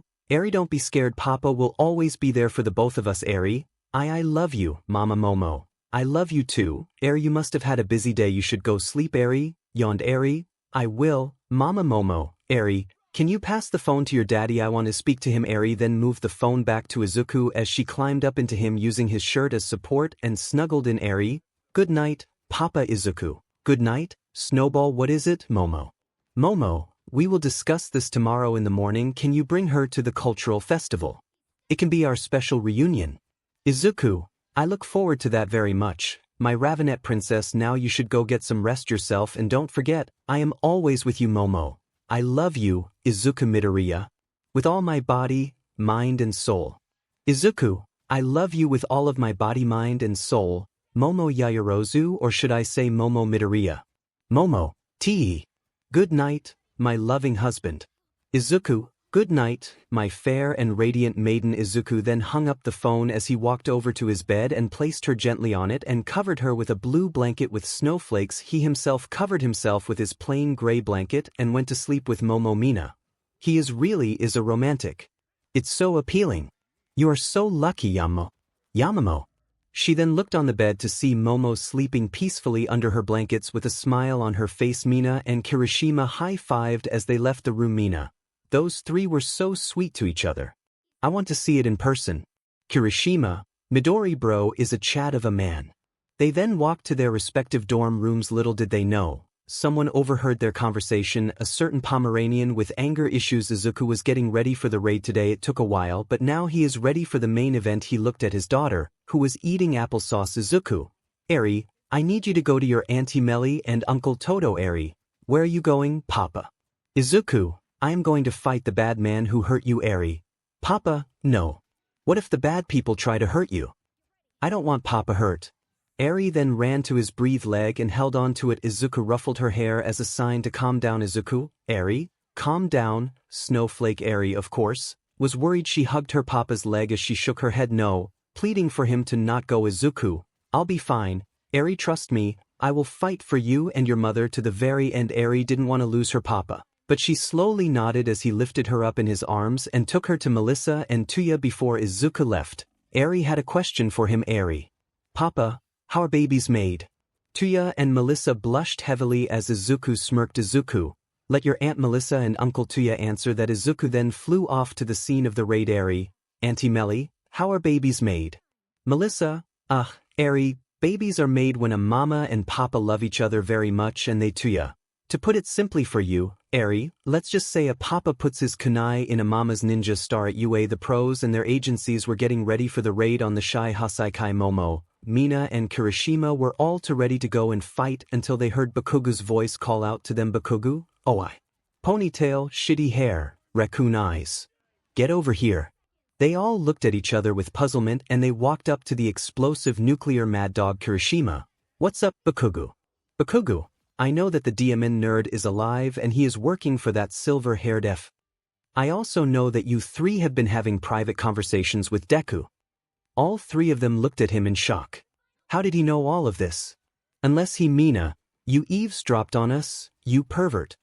Bakugu, I was only listening not watching. Now listen up, you extras. If that guy Sephiroth shows up, I will be the one to fight him. Got that? Kirishima, boo bro, I'm your friend as your friend, I am going to tell you greatly to not fight Sephiroth. Bakugu, and why the F not, Kirishima? You think I won't win? Mina, precisely, Explodo dog. Do you remember how he killed that villain, Wolfram, some time ago? Or how he fought All for One? The guy literally said that he is far stronger than All Might at his full power. Momo, we best recommend for you not to attack him. He is extremely unpredictable. Bakugu, I give absolutely no SHT. Kirishima, your funeral. They were then called to leave and they made it to the location of the Yakuza. Every civilian was evacuated and the police had placed roadblocks as that no one enters and gets hurt. Nitai's agency approached the building first, followed by Fat Gum's team, and soon the other followed their lead. Immediately, the building began to crumble down to chunky chunks of concrete as the heroes fell in behind the rocks were starting to barricade the hole. Everyone that was caught in the trap was now separated, for they were in a labyrinth of spiky rocks and confusing corridors. Kirishima, Tamaki and Fat Gum were all in one corridor together while Sir Nitai, Mirio and Bubble Girl were in another. Night? Mirio, you must stay where you are. You may have been proven innocent and it was stated all over the media. but you cannot go rash and start attacking since their plan is very well coordinated, Mirio. Don't worry, sir, I will use everything that you taught me to fight off the 𝗧𝗂𝗧𝗏, the League of Villains. 𝗧𝗪𝗧𝗏 and especially Cold Fire. He may do something I regret every day night. I then put a hand on his shoulder and Bubble Girl hugged him night. We know it wasn't your fault. If it were not for Sephiroth, you might have become something even worse, Mirio. I know, Bubble Girl. Cheer up, Mirio, the past is in the past, we can't change it, we just have to go beyond plus ultra Chisaki. I always despised that loathsome catchphrase Hakuna Matata is much better. They looked at the very center of the room they entered, and in there was the leader of the 𝗧𝗂𝗧𝗏 Chisaki Knight. 𝗧𝗂𝗏 criminals like yourselves must be put in prison. You cannot evade the future, and that will soon be yours. Chisaki, please, as if you can compare yourself to me. We Yakuza may be old school, but you modern-day heroes need a lesson in old school. Besides, I will eradicate quirks with my new project. Now then, let's begin, shall we? Outside, Izuku immediately snuck into one of Chisaki's secret offices and tried to find what it was exactly he was working on using Eri and her quirk 𝗧𝗵𝗲 𝗵𝗃. Are there any sort of files kept by him that will allow me to find what he has been working on? He then flipped the desk in rage and stomped on the ground and dented something metallic. Sephiroth. Just what is you are hiding, Chisaki? He then tore off the metal trapdoor and did a flirt whistle. He then grabbed a handle and lifted it up. It was a black case with the logo of the 𝗧𝗂𝗧𝗏 Izuku as Sephiroth. Well, this is a beauty wonder. What's inside? He then saw that it has an advanced cryptic encoder that he had to hack Izuku as Sephiroth. I have to give it to the guys. They sure can make suitcases. He then used a tiny electrical shock and fried the system to grant access, and he saw interesting things. He saw file of Eri and her background, and he saw some bullets and a brief description of them. Izuku as Sephiroth. So, they used Eri BLD to make BLD erasing quirks, and they only erase quirks. It seems he has 5 mini cases with 30 each, except one of the cases has only 24 instead of 30. Where are those bullets? Oh, how the answer is so painstakingly obvious. It's clearly in Chisaki's hands. Izuku decided to leave and teleported quickly to Melissa and Tuya so they can take care of the case. He then teleported back to the raid scene, and everyone pointed to the sky as the Sephiroth, using the sheer force of his feet alone, he hovered over the blocked entrance to the labyrinth and flew down and broke through. Izuku's Sephiroth. Time to find that child-abusing son of a bitch. He then walked in one of the corridors and the entrance was blocked soon after. Izuku as Sephiroth. I've only got one option left. Press on. See what I find here. 2 separate trails of black fire were aimed at Izuku. He summoned a shield to protect him. Izuku as Sephiroth. Black fire. Never seen that before. Must be even more powerful than Tuya's blue flames. Cold fire. You bet but it's more powerful than my weak older brother's. Hello, Sephiroth 𝗧𝗪𝗧𝗏. Hello, you pesky vermin of a fighter. Izu's Sephiroth. Whoa, look who it is. Nice day for a reunion, am I right? Cold fire. Got any other witty little quips for me, 𝗧𝗪𝗍𝗍? Izuku as Sephiroth. No, but I appreciate the compliment you gave me about my hair. My secret is I use an entire bottle of shampoo and conditioner to make it smell nice and look smooth as F. Cold fire. We have come back for vengeance, not hygiene tips. Izuku's Sephiroth. Too bad your dad could sure some 𝗧𝗪𝗧𝗏. I will slaughter you and rip you limb from tiny limb. Izuku's Sephiroth. Come get some, old-timer. Izuku then took a stance as the former pro-hero and his son prepared themselves for an intense battle. Cold fire. 𝗧𝗪𝗧𝗏. You'll die today. The villains blitzed him and both were throwing punches at him, but Izuku blocked it with ease. Izuku was about to launch an attack back until he felt his back get cut. Good thing his suit has incredible kinetic energy absorption and armor. Izuku? Who the OSHT? It's the hero killer, 𝗔𝗪𝗧𝗏. Just for that foolish remark, I will have your tongue. Izuku's Sephiroth. That is nasty and you should go get help. Why do yours and Toga's quirks require BLD? It nasty, unhygienic and extremely immoral. It's wrong and you guys should totally get help anyway. Want to continue the fight? Because I have a special magic trick up my sleeve. I will defeat you in the blink of an eye. 𝗧𝗪𝗧𝗏. Are you that much of a moron? We have all gained unimaginable power. You cannot defeat us 3. Izuku raised a hand and summoned the Mad Hatter's katana and infused it with ki. He then pierced the ground with the blade as the earth began to shake. Izuku as Sephiroth. You bad guys are all the same. Conquer this. Conquer that. Let me show you my special trick. Mad Hatter's blade. Excalibur eruption. Suddenly, stain, 𝗧𝗵𝗃𝗲 and 𝗂𝗫𝗄𝗃 were encased in a red shell that wrapped around their body as he brought them closer to him. Izuku, I am gonna let you three in on a little secret. Do you want to know what it is? Well, here it is. He then reverted back to Izuku as 𝗧𝗵𝗃 and 𝗂𝗫𝗄𝗃 were appalled at such a twist, and Stain laughed. Stain, I can't believe it. Our greatest enemy is a mere boy. Who would have guessed this? 𝗂𝗫𝗄𝗃, Izuku Midoriya, you sniveling little 𝗧𝗵𝗃𝗄𝗃, you quirkless brat. How did you get a quirk and how are you alive? Izuku, tisk, Shoto, you would greet your superior like this. That's not nice. I know you raped Momo and brainwashed Mirio Togata to do your 𝗧𝗑. You are just full of bull, Shoto. And just what makes you think you beat me, Midoriya? Izuku then transformed into Sephiroth and laughed. Izuku as Sephiroth, I already beat you. What you are encased is a shell that will detonate around anything it touches except me. What do you think? Wanna play some 3v1 ping pong? I'll serve first. He immediately slammed all three of them on the ground and the combined explosion destroyed the building, and the fire that followed was traveling faster than sound and was flaming. He then saw the knocked out ash-covered bodies of the villains. Izuku's Sephiroth. Now that that's taken care of, I 𝗂𝗫𝗄𝗃 𝗧𝗵𝗃, not yet. Izuku groaned with annoyance as a vein started to pop up from his forehead. Izuku's Sephiroth, give it a break. You already lost to me far too many times to count. 𝗂𝗫𝗄𝗃, Dad, set the entire place on fire. Will engulf him in flames. The former pro hero shot black fire at the surrounding area inside and out. 𝗧𝗵𝗃 then heard the voices of Kirishima, Fat Gum and Tamaki and smiled with bloodlust. 𝗧𝗵𝗃, Shoto, deal with the quirkless. I shall handle these puny mutts. 𝗂𝗫𝗄𝗃. Understood. 𝗧𝗵𝗃 then left to take care of his business as the former hero in training began to swing both arms, prepping for the task at hand. 𝗂𝗫𝗄𝗃, well then, Midoriya, it's about time we settled this man-to-man fight. Me as your true self. Izuku the returned to normal as he stared his former classmate down. Izuku, Todoroki, you don't want to do this. You didn't have to do this. So why did you? Todoroki, to prove that I am the best. You stole Yaoyorozu away from Mimi, someone who is far more attractive and richer. You, a quirkless nobody, stole her away from me. And I knew just how to get revenge. At first, I wanted to control my brother Natsuo. Can you imagine it, Midoriya?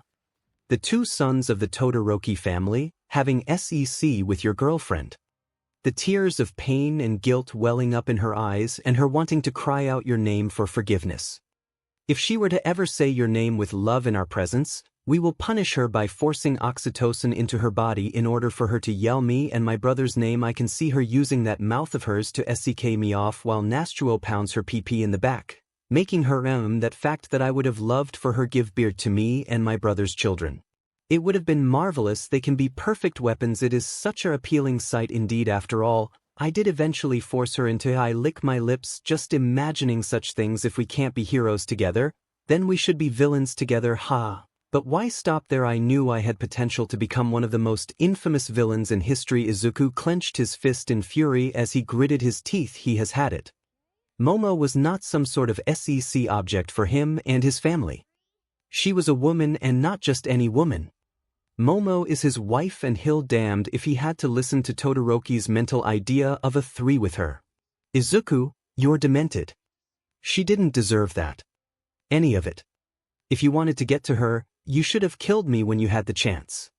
But now you are the one who has lost. 𝗂𝗫𝗄𝗃, au contraire, you see, you are the one who's going to die here and now. Oh, and one more thing I have to add. Her sultry, promiscuous, amorous moans of pleasure and ecstasy were delicious. The way she told me to stop, the way she tried to punch us, yet I kept going as she with lust. I knew she hated it. I saw the hatred in her eyes for me and Togata. She even told me my bloodline can just disappear for good, but her body was really craving for that satisfaction. Imagine what would have happened if I had control of both Togata and Natsuo. All three of us could have had our fun with Momo sucking me off, Natsuo her wet pee and Togata her tight. But oh, how I wished I could have completed more of those SXL fantasies with her body. He then out 2 fingers on his mouth in a V shape as he began flicking his tongue between them. Izuku was getting furious at this. Now that Todoroki was telling his side of the story, he was in even more anger. Izuku, I know my Neto was perverted, but he is far more sane with his SXL desires than you. You are the worst person I've met. Bring it on. I'll put you in your place. If Natsuo was involved,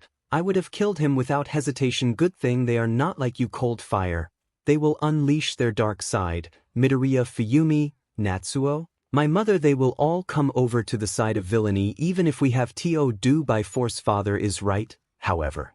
𝗬𝗧𝗏 is useless in our plans. A disgrace to the end. 𝗬𝗧𝗏. Let's just see about that. Shoto from behind a rock stood. 𝗬𝗧𝗏 in a long black leather cloak and black combat pants and boots. Cold fire. Well, if it isn't my eldest brother, 𝗬𝗧𝗏 come to join us. Izuku. 𝗬𝗧𝗏, what are you doing here? 𝗬𝗧𝗏, we were just in the neighborhood and I thought I could give you a lending hand. I have to do this. For Mom, for Melissa I am facing my past cold. So bold come then, brother let us see who is a better fighter. 𝗬𝗧𝗏, I may have a fiancé, but that does not mean I got weaker. In fact, it increased my resolve to get stronger so that I can protect Mom, my siblings and my wife and children. Izuku, we'll both take him down. 𝗬𝗧𝗏, stay out of this. Midoriya, this is my battle. I will be the one to finish it. Izuku was about to argue back until he heard the deafening sound of a broken man. Izuku looked at 𝗬𝗧𝗏 and nodded. Mirio. Sir. Sir. Izuku, kick his butt. 𝗬𝗧𝗏 Himura with 𝗬𝗧𝗏 Shoto. What a pathetic sight to see you are a Todoroki. Embrace it. 𝗬𝗧𝗏, you're wrong. Maggot head Mom disowned you and Dad's family name and so have Fuyumi and Natsuo. I won't let you ruin their lives. My name is 𝗬𝗏𝗏 Himura and I will be a hero to my family. Shoto, you will bow before the Todoroki name just as how you were meant. To, swine. The brothers, now enemies, covered their bodies in flames. 𝗬𝗏𝗏 were black and blue to symbolize his quirk. Shoto now had black and red flames and black ice surrounding him. Shoto, you will see that you cannot even vanquish your youngest brother. Your death shall be made public. I have had it. 𝗬𝗏𝗏, I'm tired of you ranting. Your rants are just as bad as that Shigaraki guy. Shoto, I killed Shigaraki. And my schemes are miles apart compared to his beginner schemes. Can I tell you something? I saw pictures of your fiancée and might I say, she is a fine piece of American. But 𝗬𝗏𝗏, oh, so you're also a traitor. You are ruthless. Don't you dare talk about my Melissa like that. Shoto, sacrifices must be made. Both brothers ran at each other at a reasonable speed and they began to fight. Shoto had landed a punch to 𝗬𝗧𝗏's diaphragm as 𝗬𝗧𝗏 had landed a punch to his brother's jaw without any remorse. Shoto, well, it appears as though my feeble brother is actually not so feeble after all. 𝗬𝗏𝗏, spare me the theatrics. With Izuku was running to the sound of Mirio's voice as he heard the battle between the two fire brothers getting more heated and transformed back into Sephiroth once again as what he discovered saddened him. Bubble Girl's leg was torn off and she was losing BLD and was barely conscious and Mirio was holding a deceased Sir Night-Eye in his arms and crying. Izuku ran to Bubble Girl and began to place her torn off leg in its proper spot and healed it as well as some of her other injuries. Albeit with a permanent scar around the formerly torn-off leg, he walked toward the broken boy and placed a hand on his shoulders. Mirio, what have I done wrong, Sephiroth? What have I done to earn this? Izuku's Sephiroth, you did nothing wrong. You were just a pawn in the League's big scheme. Mirio, Sir took a bullet for me. He lost his quirk and he died for me. Why? Why am I so weak? Chisaki, because you will never be strong enough to carry the weight of the world. Such disease must perish. That is why I brought along someone special. Come on out, everyone. I want to introduce you to my older brother, 9, and his gang. Chisaki was already in his changed form and 9 is also in full power because he isn't dealing with that drawback. 9, I see he really will be a difficult one to face. This is only making my BLD boil for your destruction, Sephiroth. Chisaki, 9, calm down. Remember, you came out of a state of stasis. You may be fully healed, but it may take time for you to adjust. 9, you're right, but we must end him before our new paradise can commence. Izuku as Sephiroth. Togata, take him to the ambulance and get away from here. I sense that there's going to be a death battle that might risk everyone's lives. Tell the pros to do their DMN job and start helping people. Izuku took a deep breath and gave a powerful yell as his hair started flowing up and there was a silver aura beginning to surround him. Izuku as Sephiroth. Now I'll show you the greatest power that was bestowed to me. Izuku then sprouted out a single black wing and there was a gray and silver aura that surrounded him. The bangs that covered most of his face were now raised up. He is in the potential unleashed mystic ultimate form and also in his one-winged angel form. If you didn't, it is Sephiroth. For so long I've held back this power, but now I will be able to fight at full strength. Now, let's start. Chisaki. Oh yeah, it's time for your name to be in the obituary now at full power, all 3 power. Titans are prepared to commence their final struggle 𝗧𝗪𝗧𝗃. Prepare yourself, Sephiroth 9. Once we kill you, you will be nothing but a memory in the dust my gang and I shall carry your murder with pleasure 𝗧𝗪𝗧𝗏 Sephiroth. Holy 𝗧𝗪𝗧𝗏 I knew you were stupid, but I didn't think you were this bungled up in the head. Listen, before I either beat your butt or kill you, depending on how much you pisses me the F off, let me ask for your names. A wolf man with a cigar walked and introduced himself. I am 𝗵𝗃𝗲, not that it matters anymore. Kid the female of the group walked up front as she took a bow. You may call me Slice. A man wrapped in red bandages spoke as he was the final one to introduce himself to the silver-haired hero. My name is 𝗧𝗵𝗲 Izuku pursed his lip and clicked his tongue as he raised his index finger to the air. 𝗧𝗪𝗧𝗏 Sephiroth. I have several questions. First one goes to the rejected 3D model of wolf for Star Fox. Why does your name sound so much like Legend of 𝗬𝗵𝗃 Second, Band Aid? What's with the mummy look? It's not spooky season or Halloween yet. And third, really? Slice. Is that the best you can really come up with? What a shame. 𝗵𝗃𝗲 then decided to go at full power, sprouting feathers on his arms and having a bird tail while keeping many of his wolf-like features, and had muscles that rivaled All Might's 𝗵𝗃𝗲. Gonna wish you hadn't been so cocky, kid. Izuku Sephiroth. That look of yours defies so many laws of nature on so many levels. It's concerning me. Slice's hair then raised up and it became a sharp weapon. Izuku Sephiroth. Your hair has so many split ends. 𝗧𝗪𝗧𝗏 then launched his bandages at Izuku as he was encased in red and was then into a fat balloon man who could be lifted off the ground, but even with all of his might 𝗧𝗪𝗧𝗏 couldn't lift him into the air. 𝗵𝗃𝗲. 𝗧𝗪𝗧𝗏, come on, lift his butt into the air. 𝗧𝗪𝗧𝗏. I'm trying, but the guy weighs a lot. 𝗵𝗃𝗲, let me see, you pathetic man. 𝗵𝗃𝗲 then walked over to the still dummy and put his back into lifting him. 𝗵𝗃𝗲, what the hell? Izuku smiled wickedly as he then sent a jaw-shattering punch to 𝗵𝗃𝗲, who flew back and hit 𝗧𝗪𝗧𝗏, causing him to get knocked out first. Izuku, look at that, Band-Aid has been knocked out. Go figure who's next. 𝗵𝗃𝗲, I'm punk. 𝗵𝗃𝗲's eyes then glowed red as he shot large lasers from his eyes, and Izuku blocked them by forming an X shape with his arms. Izuku's upper portion of the suit had been burned off. Izuku grimaced as he took off the remaining piece of high-tech cloth that was on his shoulder. Izuku. I really wanted to test out the kinetic energy absorption Melissa implemented to the suit. Oh well. Maybe next time. 𝗵𝗃𝗲 let out a thunderous roar as he then charged at Izuku like a rhino. Izuku held out both his hands with his arms stretched out. 𝗵𝗃𝗲 then made contact with Izuku's hands as the silver-haired vigilante was being pushed back, albeit slightly. Izuku Sephiroth. Now that I look at you from up front, I can see that you are one ugly amalgamation of a beast. 𝗵𝗃𝗲, I'll show you amalgamation. 𝗵𝗃𝗲 then used the claws on his hands to swipe at Izuku. He missed nearly all of them except one. Izuku was about to use the afterimage technique until the wild man scratched the right side of Izuku's face, leaving 3 scratch marks to go over his eye. Luckily, he still had both of his eyes then. His back was cut by Slice's hair, leaving a deep cut on his back. Izuku quickly turned halfway as he shot key blasts at her. Try as she might, she eventually got hit by one. She was the next to get knocked out. Silly Izuku's mindscape. These guys are complete enigmas. One moment they attack the heroes for a just society, the next they attack me because I'm a potentially wanted man. Izuku then summoned the Mad Hatter's katana and slashed the skin and fur off one of 𝗵𝗃𝗲's wing. This caused 𝗵𝗃𝗃 to grab his arm to try to prevent severe blood loss. 𝗵𝗃𝗃, I have had it. 𝗵𝗃𝗃 charged up his most powerful laser and was about to unleash until Izuku moved both hands in front of his face. Fingers spread out as he closed his eyes and shouted 𝗧𝗪𝗧𝗏 Sephiroth. Solar flare. Everyone had been blinded by the unexpected move from Sephiroth by the time the light faded. 𝗵𝗃𝗃 was furious. 𝗵𝗃𝗃, you ingrate. When I open my eyes back up, you are going to. The animal man amalgamation couldn't complete his sentence for Izuku had a blue orb already in his palm and was about to shoot at 𝗧𝗪𝗧𝗏 Sephiroth. Big bang attack.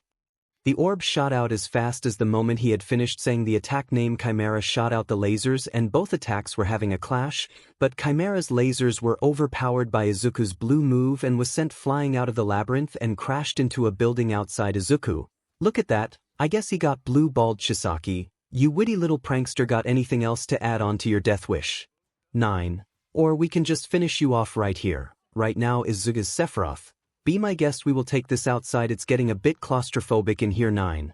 I couldn't agree more. Nine raised his hand up and brought it down as a bolt of lightning broke through the labyrinth and the flew up. Izuku looked around him and saw the area being engulfed in flames. He immediately ran to where 𝗬𝗧𝗏 was, and sure enough he was soaked onto the ground. Tired and alive, Shoto was unconscious, but he was alive as well. Izuku hoisted them both onto his 𝗎𝗪 as he then floated up to the surface, teleported 𝗬𝗧𝗏 to Melissa and Shoto to the authorities. Everyone saw Sephiroth return and they watched them from a far distance. The real fight will start soon with 𝗬𝗧𝗏 before being picked up by Izuku. 𝗬𝗧𝗏 has bruises and is bleeding from his head as well as from other cuts on his body. His conscientiousness was waning, everything was starting to get blurry, and the same case went for Shoto with shaky knees.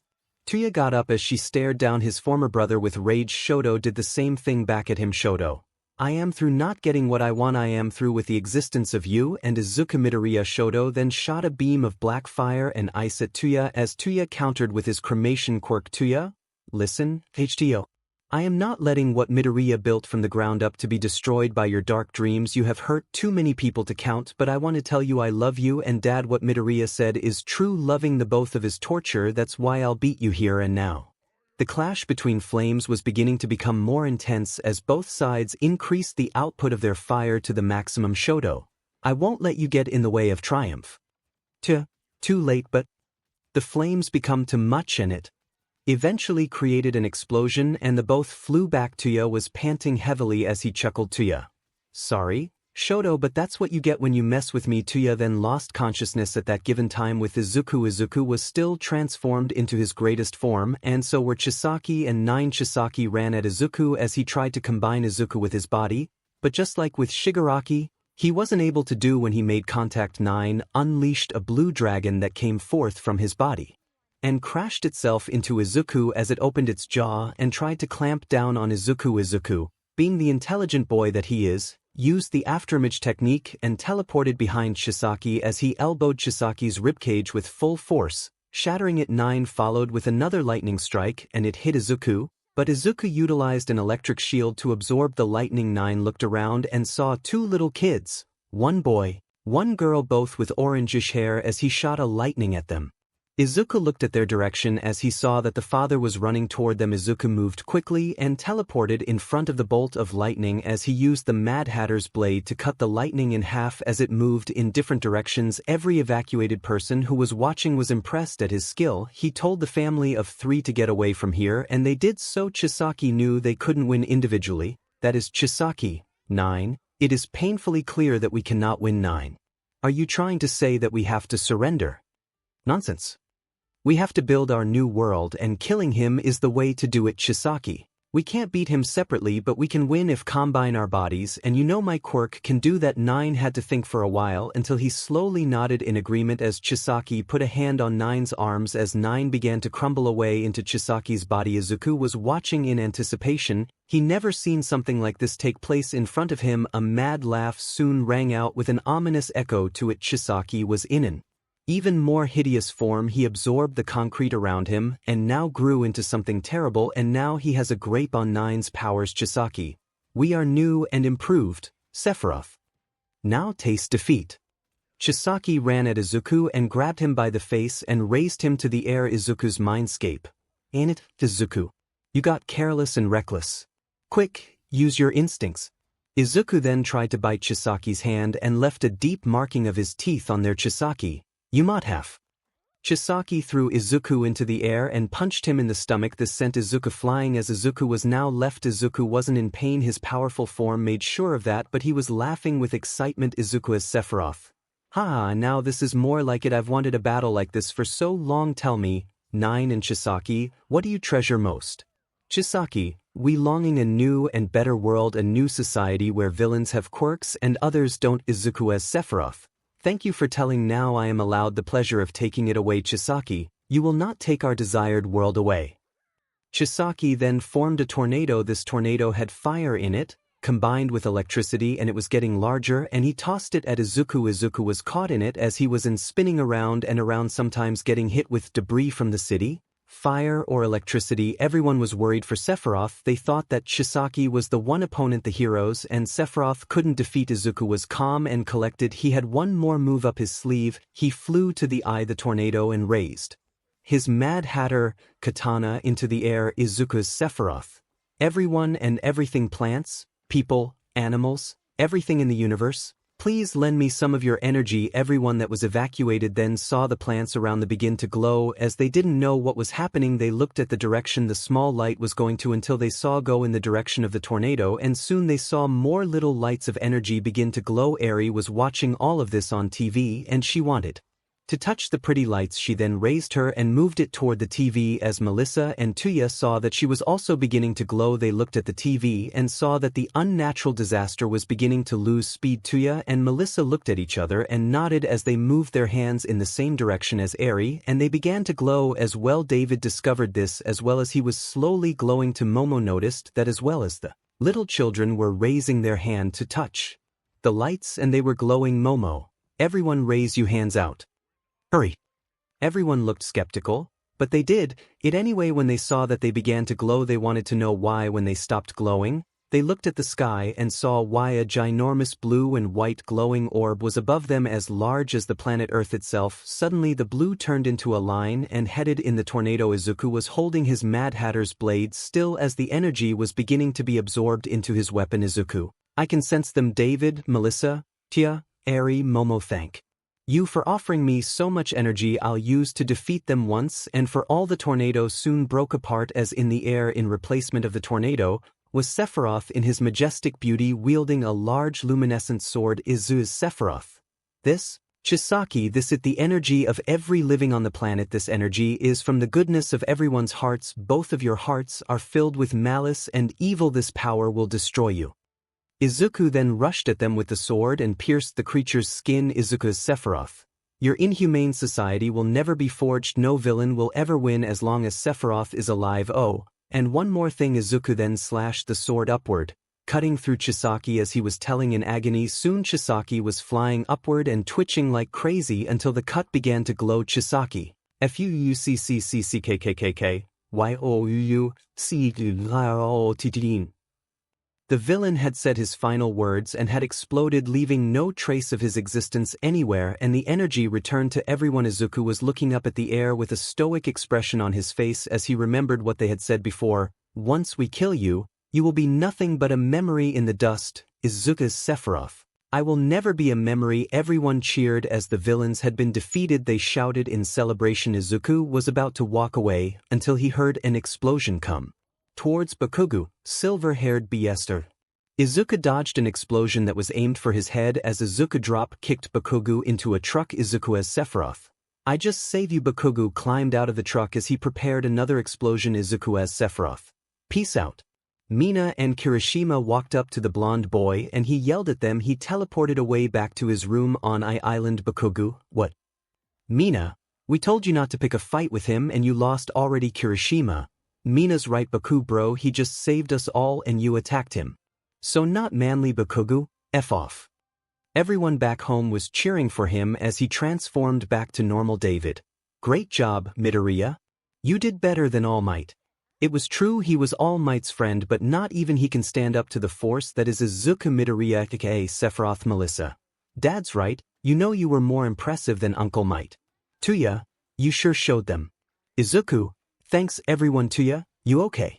𝗬𝗧, other than my arm being in a cast and my head in bandages, I'll be fine for the most part. Izuku, where's Eri? You did it. You really did beat the bad man. Eri? Papa. You did it. You really did beat the bad man. Izuku ruffled Eri's hair as he smiled to Izuku. Anything for my little snowflake. I love you, Eri. Eri, I love you too, Papa. Izuku lifted her up and she rapidly hugged her papa by the neck, smiling as he gently hugged her back and smiled. Suddenly he got a phone call. He grabbed and looked at it and saw that it was Momo contacting him. He lowered Eri down as he left the room and answered the call. Izuku. Hello, sweetheart. Are you okay? I heard about the raid. Momo. Hi Izuku, baby. Yes, I'm fine and the raid was completed, but if it hadn't been for Sephiroth, we could have died. I feel so useless. Not only can I not defend myself properly, I can't save other. I don't deserve to be a hero. Izuku. Momo, you are an incredible woman who has every right to be a hero. Your quirk is so versatile and you are kind and loving. That's what made me fall in love with you. Your personality drove me to you. Not your body is a bonus, but what I love is the true Momo Yaoyorozu, not her wealth or her body. I blame myself for everything. If I hadn't left, you would have been okay. It's my fault, not yours, honey Momo. I love you for the same reasons. You know how to make me feel better when I start to feel some negative emotions. You are my ray of hope. Izuku, thank you for telling such words from the bottom of your heart. I love you. Izuku, with all of body, mind and soul. Izuku, I love you too. Momo, with every fiber of my being, I love you Momo. You know Izuku, the cultural festival will be in a few days and I was wanting to know if you were still coming. Izuku, of course, my Criati. I wouldn't miss it at all. Momo, good, I'll be waiting at the UA entrance for you and Eri, my king. Izuku, I'll see you soon, my queen. Eri, Papa, I want to talk to Mama too. Izuku, Momo, someone wants to talk to you. He then handed the phone to Eri as Eri greet her mama over the phone. At the moment, Tuya, David and Melissa all silently left and waved Izuku goodbye as he waved back. Eri, hi, Mama. Momo, hello my little one. How are you? Eri, I am okay but I want to see you. Momo, I want to see you too also but please, Eri, wait for a few days, okay? Eri, I will. Mama. Momo was about to ask a few more questions until Izuku heard Ryukyu call her name in the background. Momo. Oh, Mama has to go now. Her teacher is calling her. Bye, Eri, I love you. Eri, bye Mama, I love you too. They hung up as Eri handed the phone back to Izuku. He picked her and carried her in his arms as he walked to Izuku's room and he rested her on her bed as she went to sleep, and he climbed into his own bed thinking of his incredible reunion with his lover. Izuku's mindscape. So she has been working with Ryukyu, not a bad agency. I can't wait to see you again, my precious. I just can't wait. Izuku then went to sleep happy that the league had been put an end to. Today is the day. Momo was feeling giddier than usual. Why? Because today is the day she was going to see her lost love and their new daughter. Momo was to play the piano in the concert, but she told them she couldn't since she had a date around the time of the concert. Surprisingly, a pro hero stepped in to play the piano for her present Mike. He told her that he would happily take her place in the concert. Momo quickly thanked the pro hero as she ran to get prepared for her special reunion date with her Izuku. After all, any form of Izuku's love, she will happily take. Mike then told the rest of the class the real reason why he chose to take her place. Mike, it sure beats paperwork any time of the day. Right now, Momo had finished getting dressed for the date and she grabbed a pink coat for warmth and she was standing at the UA entrance until three guys were wolf whistling to her and were getting closer to her. She was taking steps back and was covering her body in fear as her back was against the wall. Guy 1. Hey baby, hang out with us, we'll give a good time. Guy 2. Don't be scared, you should feel great about being with us. Guy 3. It will only be for a couple of minutes, you don't mind, D. Momo covered her eyes as she covered her body even harder and was letting tears fall until a voice snapped them back to their senses. Izuku, I wouldn't recommend it. Jackasses. They turned around and Momo looked over their shoulders and what she saw made her smile. They turned around and Momo looked over their shoulders and what she saw made her smile too. It was Izuku and Eri. It was Izuku and Eri. Eri was riding on Izuku's shoulders as Izuku stared the three of them down menacingly. Guy 2. Who do you think you are? Izuku, I am the boyfriend she is waiting for and I will kick your sorry but if you dare touch her, if you touched so much as a single strand of hair on her head, you already signed arrest warrant. Guy 3. Oh yeah, just try us. Izuku then teleported in front of him and knees him on the side of the head as he then unleashed a menacing aura and the two remaining decided to run away. Momo. Izuku turned around Momo and smiled as his breath hitched for a second after he saw what she wore. Izuku turned around Momo and smiled as his breath hitched for a second after he saw what she wore. Imagine her with her usual ponytail and a pink sweater. Izuku, you look gorgeous. Momo was crying tears of joy as the one she had yearned for so long and the one she will forever yearn for was right in front of her, giving her a warm smile. Izuku lowered Eri down onto the ground as he opened his arms and Momo ran into them as she gave a passionate kiss to future husband. Izuku cupped her cheeks and ran his hand through her hair as she did the same. After a while of making out with Eri watching with a smile, Momo placed her head into his chest as she snuggled into him. Momo, I missed you, my love. Izuku, and I missed you, too. I heard about everything and I am sorry. I should. Momo then out a slender finger on her future husband's lips to silence his voice. Momo, sure, I don't want to spoil this moment with my past. I want to create a new future with you. Izuku, okay, we'll talk later. Momo looked at Eri as she knelt down and smiled at Eri. Momo, hello, Eri, I am your mama. Momo Midoriya. Eri was letting out small tears as she hugged her mama, and Momo comforted her by patting her back. Momo, don't worry, Eri, you're okay. Papa and I are here with you. Eri, you look very pretty. Mama. Momo, thank you, our little snowball. Let's enjoy this day together. Izuku lended Momo an arm as he smiled coyly and asked Izuku, would you like me to guide you, my lady? He then held an arm out as Momo happily clung onto that arm and rested her head on his shoulders. Momo, absolutely, my husband. Izuku took Eri's hand while Momo was clinging onto his arm, and they walked into school festival. Eri saw a stand for candy apples and she asked Izuku for one as Izuku complied and bought it for her. Eri was using all of the time they had until the concert begins. Momo and Izuku were drinking a milkshake and Momo decided to sexually provoke him. She started drinking from the straw and looked at Izuku with hearts in her eyes. Izuku grew red from the painful irking he had in his dress pants. Momo stopped drinking from the straw as she had some of the milkshake on and around her lips, and she sexually liked her mouth clean. Izuku's mindscape. She really wants me to F her so badly. Well, a little payback is in order. Izuku dipped his fingers in the milkshake as he then put his fingers in his mouth and took them out. Momo was trying so hard to control her growing heat for Izuku she could barely contain Momo's mindscape.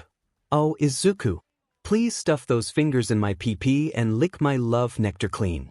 Now the SXL tension was even higher than before as the family went to a photo booth and took pictures. Both were really struggling to hold themselves together. Eri, Mama, Papa, it's time for them to sing. Izuku and Momo smiled at each other and then at Eri and nodded as they headed to the stage. The curtains were down and everyone was confused. Izuku lifted Eri onto his shoulders as he hugged Momo by the waist and pulled her closer to him. The curtains slowly opened up and the spotlight was on Bakugo. Bakugo, listen up, Fu. We are going to kill you with music. Izuku, just once can Bakugo go at least a single day with saying the word die or kill?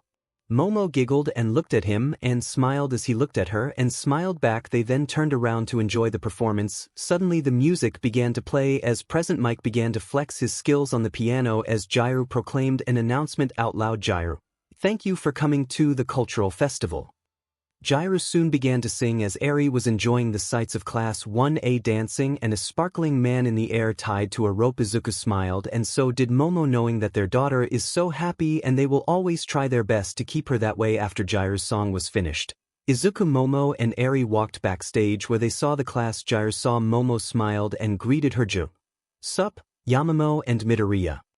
Everyone's attention was now on Izuku as Eri tried to cover her face with her papa's green and black hair while Momo was patting Eri's head. Izuku, hey, everyone, it's been a while. Everyone was about to ask Izuku where he was for so long until someone beat him to the punch, that someone being Bakugo, who was propelling himself the air with his explosions. Bakugo.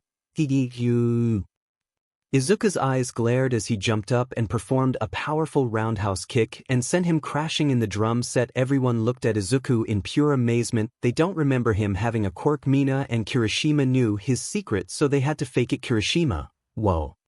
Midori bro, where did you hide all of that crazy strength? Izuku, being at least a month away with Sephiroth can change a man. You trained with Sephiroth.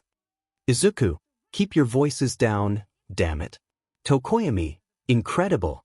You have gotten significantly better in terms of power. Sephiroth is even more powerful than All Might and all of those villains. For him to train you, you must have earned his respect in some way or another. Izuku, yeah, it wasn't easy, it was downright brutal, but I am alive and I'm here with Momo. My Izuku, she said dreamily as she hugged him close to her body, as everyone was happy that the two were reunited except Bakugo and Mineta. Bakugo wanted to fight Deku while Mineta was crying in jealousy. Momo, and meet our daughter, Eri. Eri gripped ruffles on Momo's dress and hid behind her leg as Momo comforted her. Momo, remember, Eri, Mama and Papa are here to protect you. Don't fret. This gave Eri the little confidence boost she needed to walk up front for the class to introduce herself. Eri, I'm Eri. Hello. She then quickly turned around and hopped in place in front of Momo as a sign she wanted to be picked up by her. Momo understood very well what she wanted, so she lifted and held Eri in her arms. Momo, well, I'll be leaving now. I want to continue my date with my Izuku and finish it off just right. Izuku,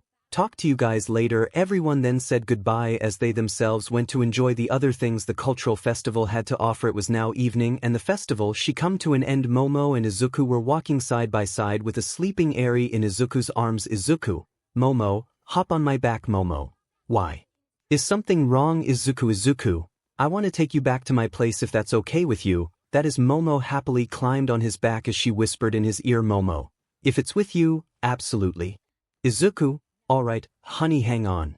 Izuku then charged a milky white aura around him and flew off. Momo screamed at the sudden liftoff, but soon, she found that she was enjoying it. Momo. You didn't tell me you can fly Izuku. I'll explain everything to you in greater detail, Momo, but for now, enjoy the flight Momo. Where are we headed? Izuku. Izuku, I live at Island Momo. Really? Izuku, yep, and we have finally arrived. Izuku then placed 2 fingers on his forehead and they teleported in Izuku's room and walked into Eri's new room. Courtesy of 𝗳𝗏𝗍𝗪, Izu gently laid their daughter Downy on her bed as both parents kissed her on the forehead and said goodnight. He then closed the door behind him as Momo gently sat on his bed. Momo, your bed is so comfy. Izu, it's even comfier than mine, but what is it that you wanted to talk to me about? Izuku, I wanted to talk to you about this. Izuku then transformed into Sephiroth right in front of her as Momo grew shocked. Her boyfriend was the legendary hero Vigilante, Sephiroth. Izuku then turned back to normal as he saw the shocked look on her face. Momo. Izuku, you're Sephiroth. Izuku? Yeah, I'm sorry I lied to you. It's just that ever since I have obtained this crazy power, heroes and villains have been trying to kill me left and right. Todoroki, for example, both he and his father want me dead. He told me what his original plans were for you. They were more terrible than you could have ever imagined. Momo. Tell me, Izuku please. Izuku then told her about his confrontation with the former hero in training, about how he wanted to mind control his older brother, Natsuo, and how he imagined a threesome with him, his brother and her, and all other crazy SXL fantasies he wanted to accomplish with her body. Momo. Oh my god, he's a monster. Is that all he really thought of me? As some sort of SEC object for him and his brother, Natsuo. His bloodline. A catalyst for the perfect weapon. Izuku, I'm scared. I'm worried that you might get hurt, that I would never be able to see you again. I'm frightened that I might cheat on you again. Izuku. Momo, that wasn't you. You are not to blame, Momo. But I am to blame, Izu. I cheated on you and now I'm scared I might do it again. I'm nothing but a slot. Aware. Izuku, I'm scared to lose in any shape or form. I need you by my side. I beg you, please don't leave me. Momo hugged Izuku with unadulterated love, with tears coming from her eyes, and he hugged her back with that same amount of love. Izuku. Momo, you are not aware or slot. You are a appealing woman that I love with every fiber of my being. Being away from you hurt me. I want to be by your side as well, so please let me make you forget. Let me give you my love. Momo. You are so romantic because you have always been there for me and you protected so much. You told those long-lasting words. You supported me throughout this entire journey and I love you for it. Izuku then wiped the tears from her face as he gave her a small peck on the lips. Izuku, you know I'll always love you. My heart beats for no other. It beats only for you, Ms. Momo Midoriya. Momo.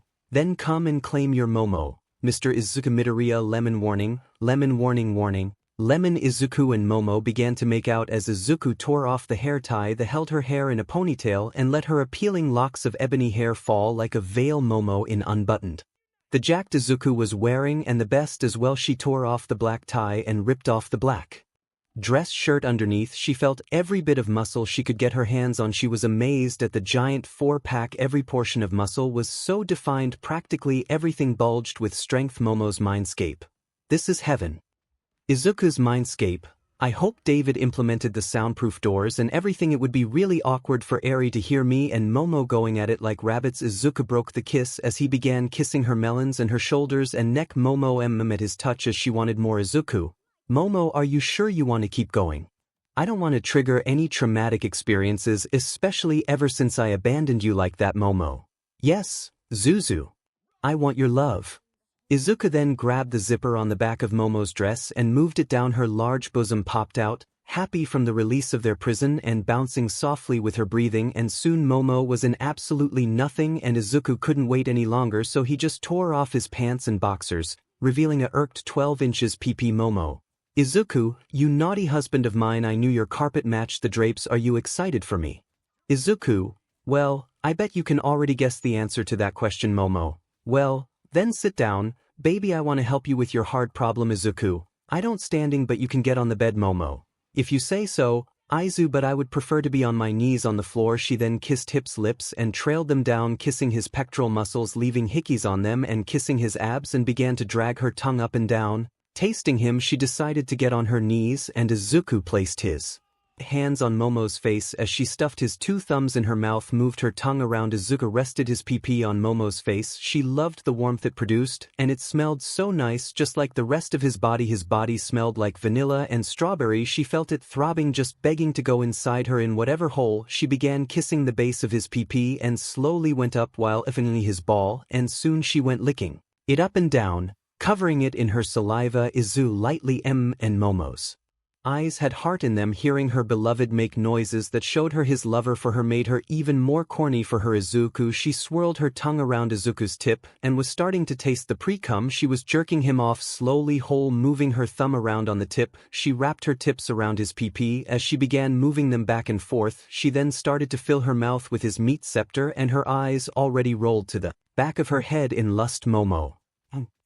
Izuku smiled as he saw Momo's state of euphoria as she looked at him with shape of her eyes now being hearts. Izuku, this PP is all yours. Baby girl, it's all yours to do with as you please. Hearing Izuku give her the green light made her happy as he started bobbing her head with loud slurping noises as her head went back and forth. She also circled her tongue while doing so. Izuku didn't mind Momo giving him a sloppy 𝗵𝗲𝗿𝗺𝗶. He found it CC hearing make those noises and also drooling on his member.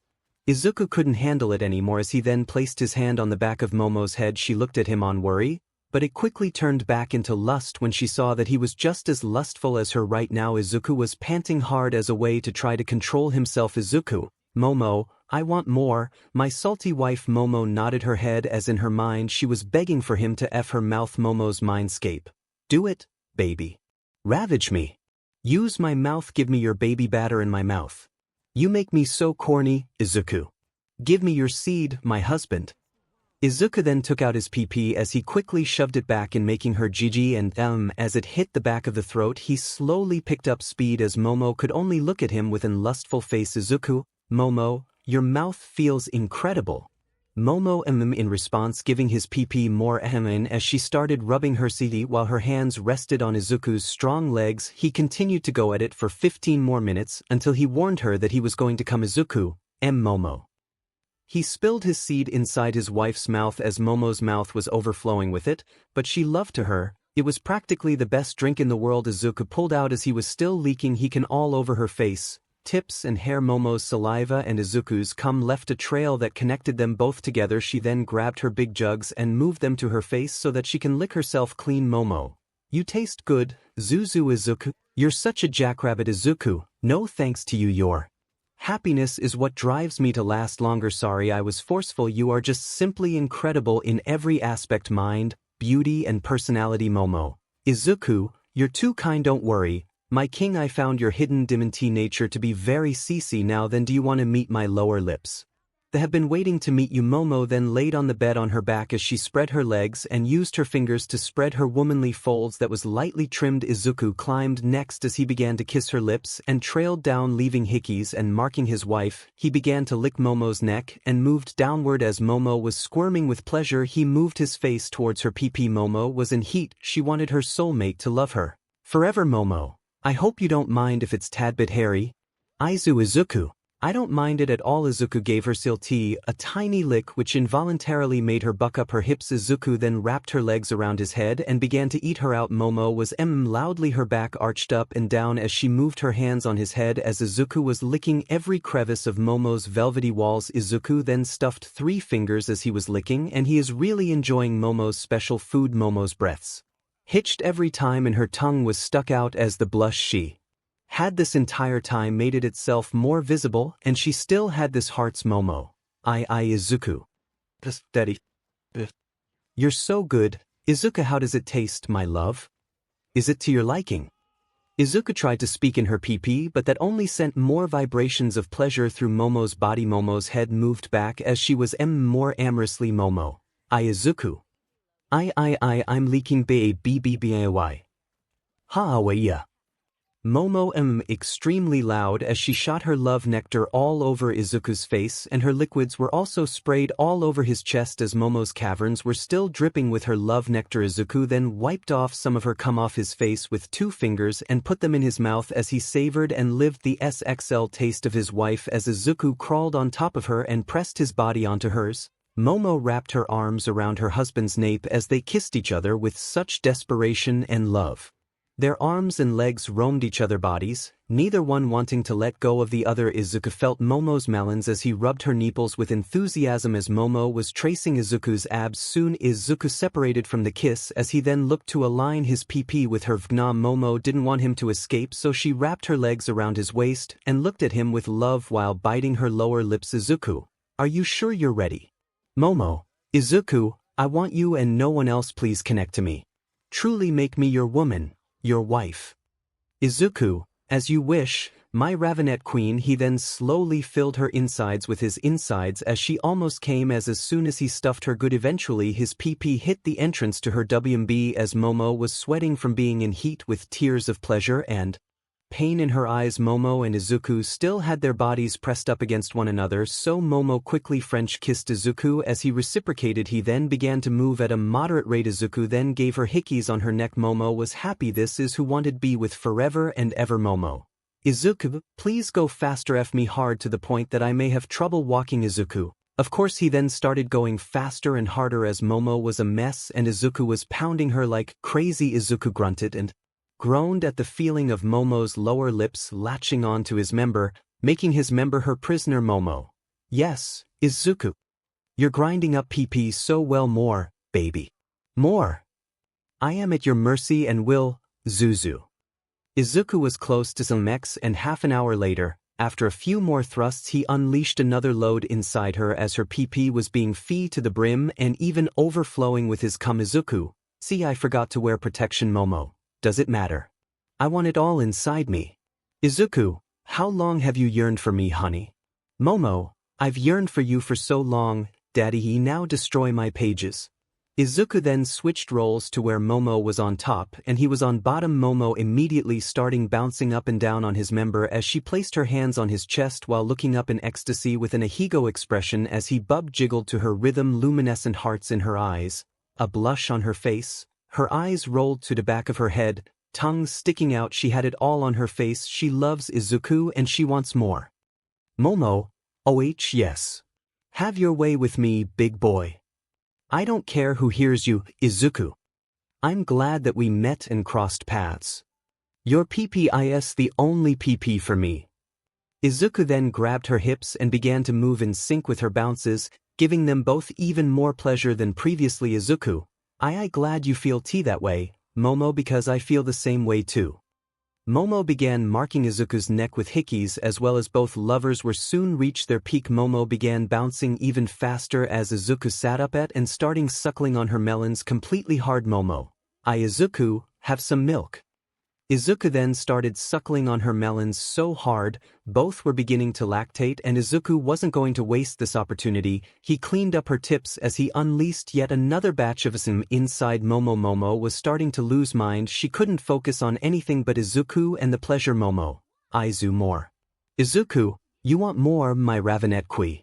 My goodness, looks like someone missed their husband. It appears as though that's another thing we have in common. We're both insatiable. We can go for long periods of time and still want more. Izuku then flipped Momo on her stomach, asserting his DMT side. Izuku then aligned the tip of his PP with her, but as she looked at him with fear, yet also excitement and anticipation, he slowly entered and the woman yelled in pain, Momo, Izuku, please kiss me.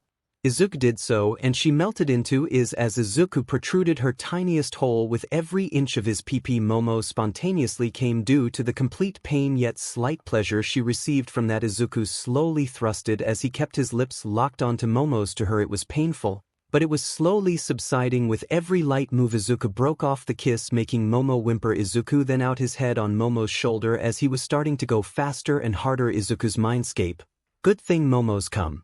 can be used as lube. Momo was in bliss. She couldn't think any more. She didn't want to think about anything else other than her husband Izuku and the throbbing PP that was inside her. But minutes have passed, and he switched positions. Izuku was now spooning Momo as they were making out, as Momo rubbed her flower with Izuku's manhood still inside her back hole. Momo's mindscape. Izuku. Izuku. Izuku. Izuku. Izuku. She then came again as Izuku's behemoth amount of energy kept him going and not come. After another 30 more minutes, they changed yet, again still doing anal. They were now in doggy style and Momo was happy. She felt her husband spank her, but she with the Ahigo face still visible. Momo. Spank me, Izuku. Spank me more, my love. My husband, my one true love. Izuku then slapped her, but once again, as he loved how her thick appealing round but jiggle and made ripples when he thrusted and spanked her. She came yet again as her mind was blacked out, but she was still okay. Momo. Aizu, let's connect all night. I want to feel you body rub up against mine. Izuku, I have no objections to that. Momo, after all, I need to satisfy my wife after all this time. Izuku stood up and began to F her in full Nelson. Momo was blinded by Izuku's love. She tested her head on his shoulder as she wrapped arm around his head as he felt so great, but eventually, all good things must come to an end as Izuku powered up and thrusted inside her like crazy. Momo. Aizu, just come inside me, my sweet king. I'm too tired to shout. Izuku. All right then, Momo, we'll go at it another time, when you're better, okay? Momo. Okay, my love. Izuku unleashed his biggest load all night as Momo released a guttural as Izuku took her off his PP and walked them back to the bed and cleaned up the entire room quickly, leaving no trace of their love making, well, except the sheets he needed to buy more. Momo rested her head on Izuku's chest as he hugged with love and care. Momo. I love you, Izuku. Izuku, I love you too. Momo, Melissa and Tuya got married a few days after Izuku and Momo's night of passionate lovemaking, and Melissa gave 𝗵𝗲𝗿𝗏 to twins, Rainer and Rei Himura. Rainer had Tuya's spiky hair, but it was blonde like Melissa's. He also had his dad's eyes in terms of shape, but they were blue. Rei had her mother's long hair, but it was white. She also had eyes shaped like her mother's, but they were gray. Soon Izuku and Momo got married and consummated their marriage. 9 months had passed and Momo gave 𝗵𝗲𝗏 to Izuku's daughter, Elise. Elise had Momo's hair yet had Izuku's green and black color scheme. She also had Momo's onyx black eyes yet eyes shaped like Izuku's and had freckles. Another 9 months flew by later as she gave 𝗵𝗲𝗏 to their son, 𝗧𝗏. 𝗧𝗏 had Izuku's messy hairstyle yet only had black as the color scheme. His eyes were shaped like Momo's yet they were in bright green, and he had no freckles. They had children and there was no way they were going to stop having them. Izuku and Momo loved each other and their love only grew higher now. Momo graduated from UA and with Izuku's and her parents' help, she started a hero agency as the pro-hero Cruelty. Izuku had revealed himself to the world as Sephiroth and that he is Momo's husband. No guy was ever brave or crazy enough to flirt with Momo or he would wreck their SHT. 2 years later. Momo. Eri, are you almost ready for your first day? Eri came down as she spun around to show her dress. Eri, the UA uniform was oversized so I had to improvise. Momo. You look simply appealing. Eri, it's all thanks to you and Papa. Where is Papa anyway? Izuku, right here. 𝗧𝗏, hi, big sis. Eri, hey 𝗧𝗏. Where is Elise? Elise, here big sis. She then ran at Eri as Eri hugged her little sister and high-fived her little brother and hugged her papa. Elise. Papa, can we go to the playground? We'll be careful. Izuku was hesitant until Momo convinced him. Izuku, be careful, remember, don't pick fights, you might hurt someone. Both kids did a salute as they used the super speed give by their father to run to the playground. Eri, I'd better be going. Mama and Papa. Momo. We'll go together. Eri then hugged them both and Izuku teleported them both to UA to see their daughter take her first steps to becoming a hero. Eri, see you later, Mama and Papa. Izuku. Momo, bye, Snowflake. Izuku then teleported them back home as Momo wrapped her arms around Izuku and Izuku wrapped his arms around her waist. Momo. I love you, Izuku, now and forever. Izuku, I love you too. Momo. Now and forever. They kissed each other as they only ever yearned for each other's romantic touch. Izuku longed for his mother to see his and Momo's children. She would have been excited that he had found true love. The family never forgot to visit her and they imagined her tearful yet happy smile as she more than Approved of their love, they didn't care if others didn't support them, or their love, they didn't care about being shipped with other people, because Momo and Izuku knew that their hearts would always be together and none of those things mattered. The only ones they cared about were their families, their close friends and each other. If they had to fight the world to keep their love, so be it, they'll fight to the very end. Izuku and Momo's love will never be a memory.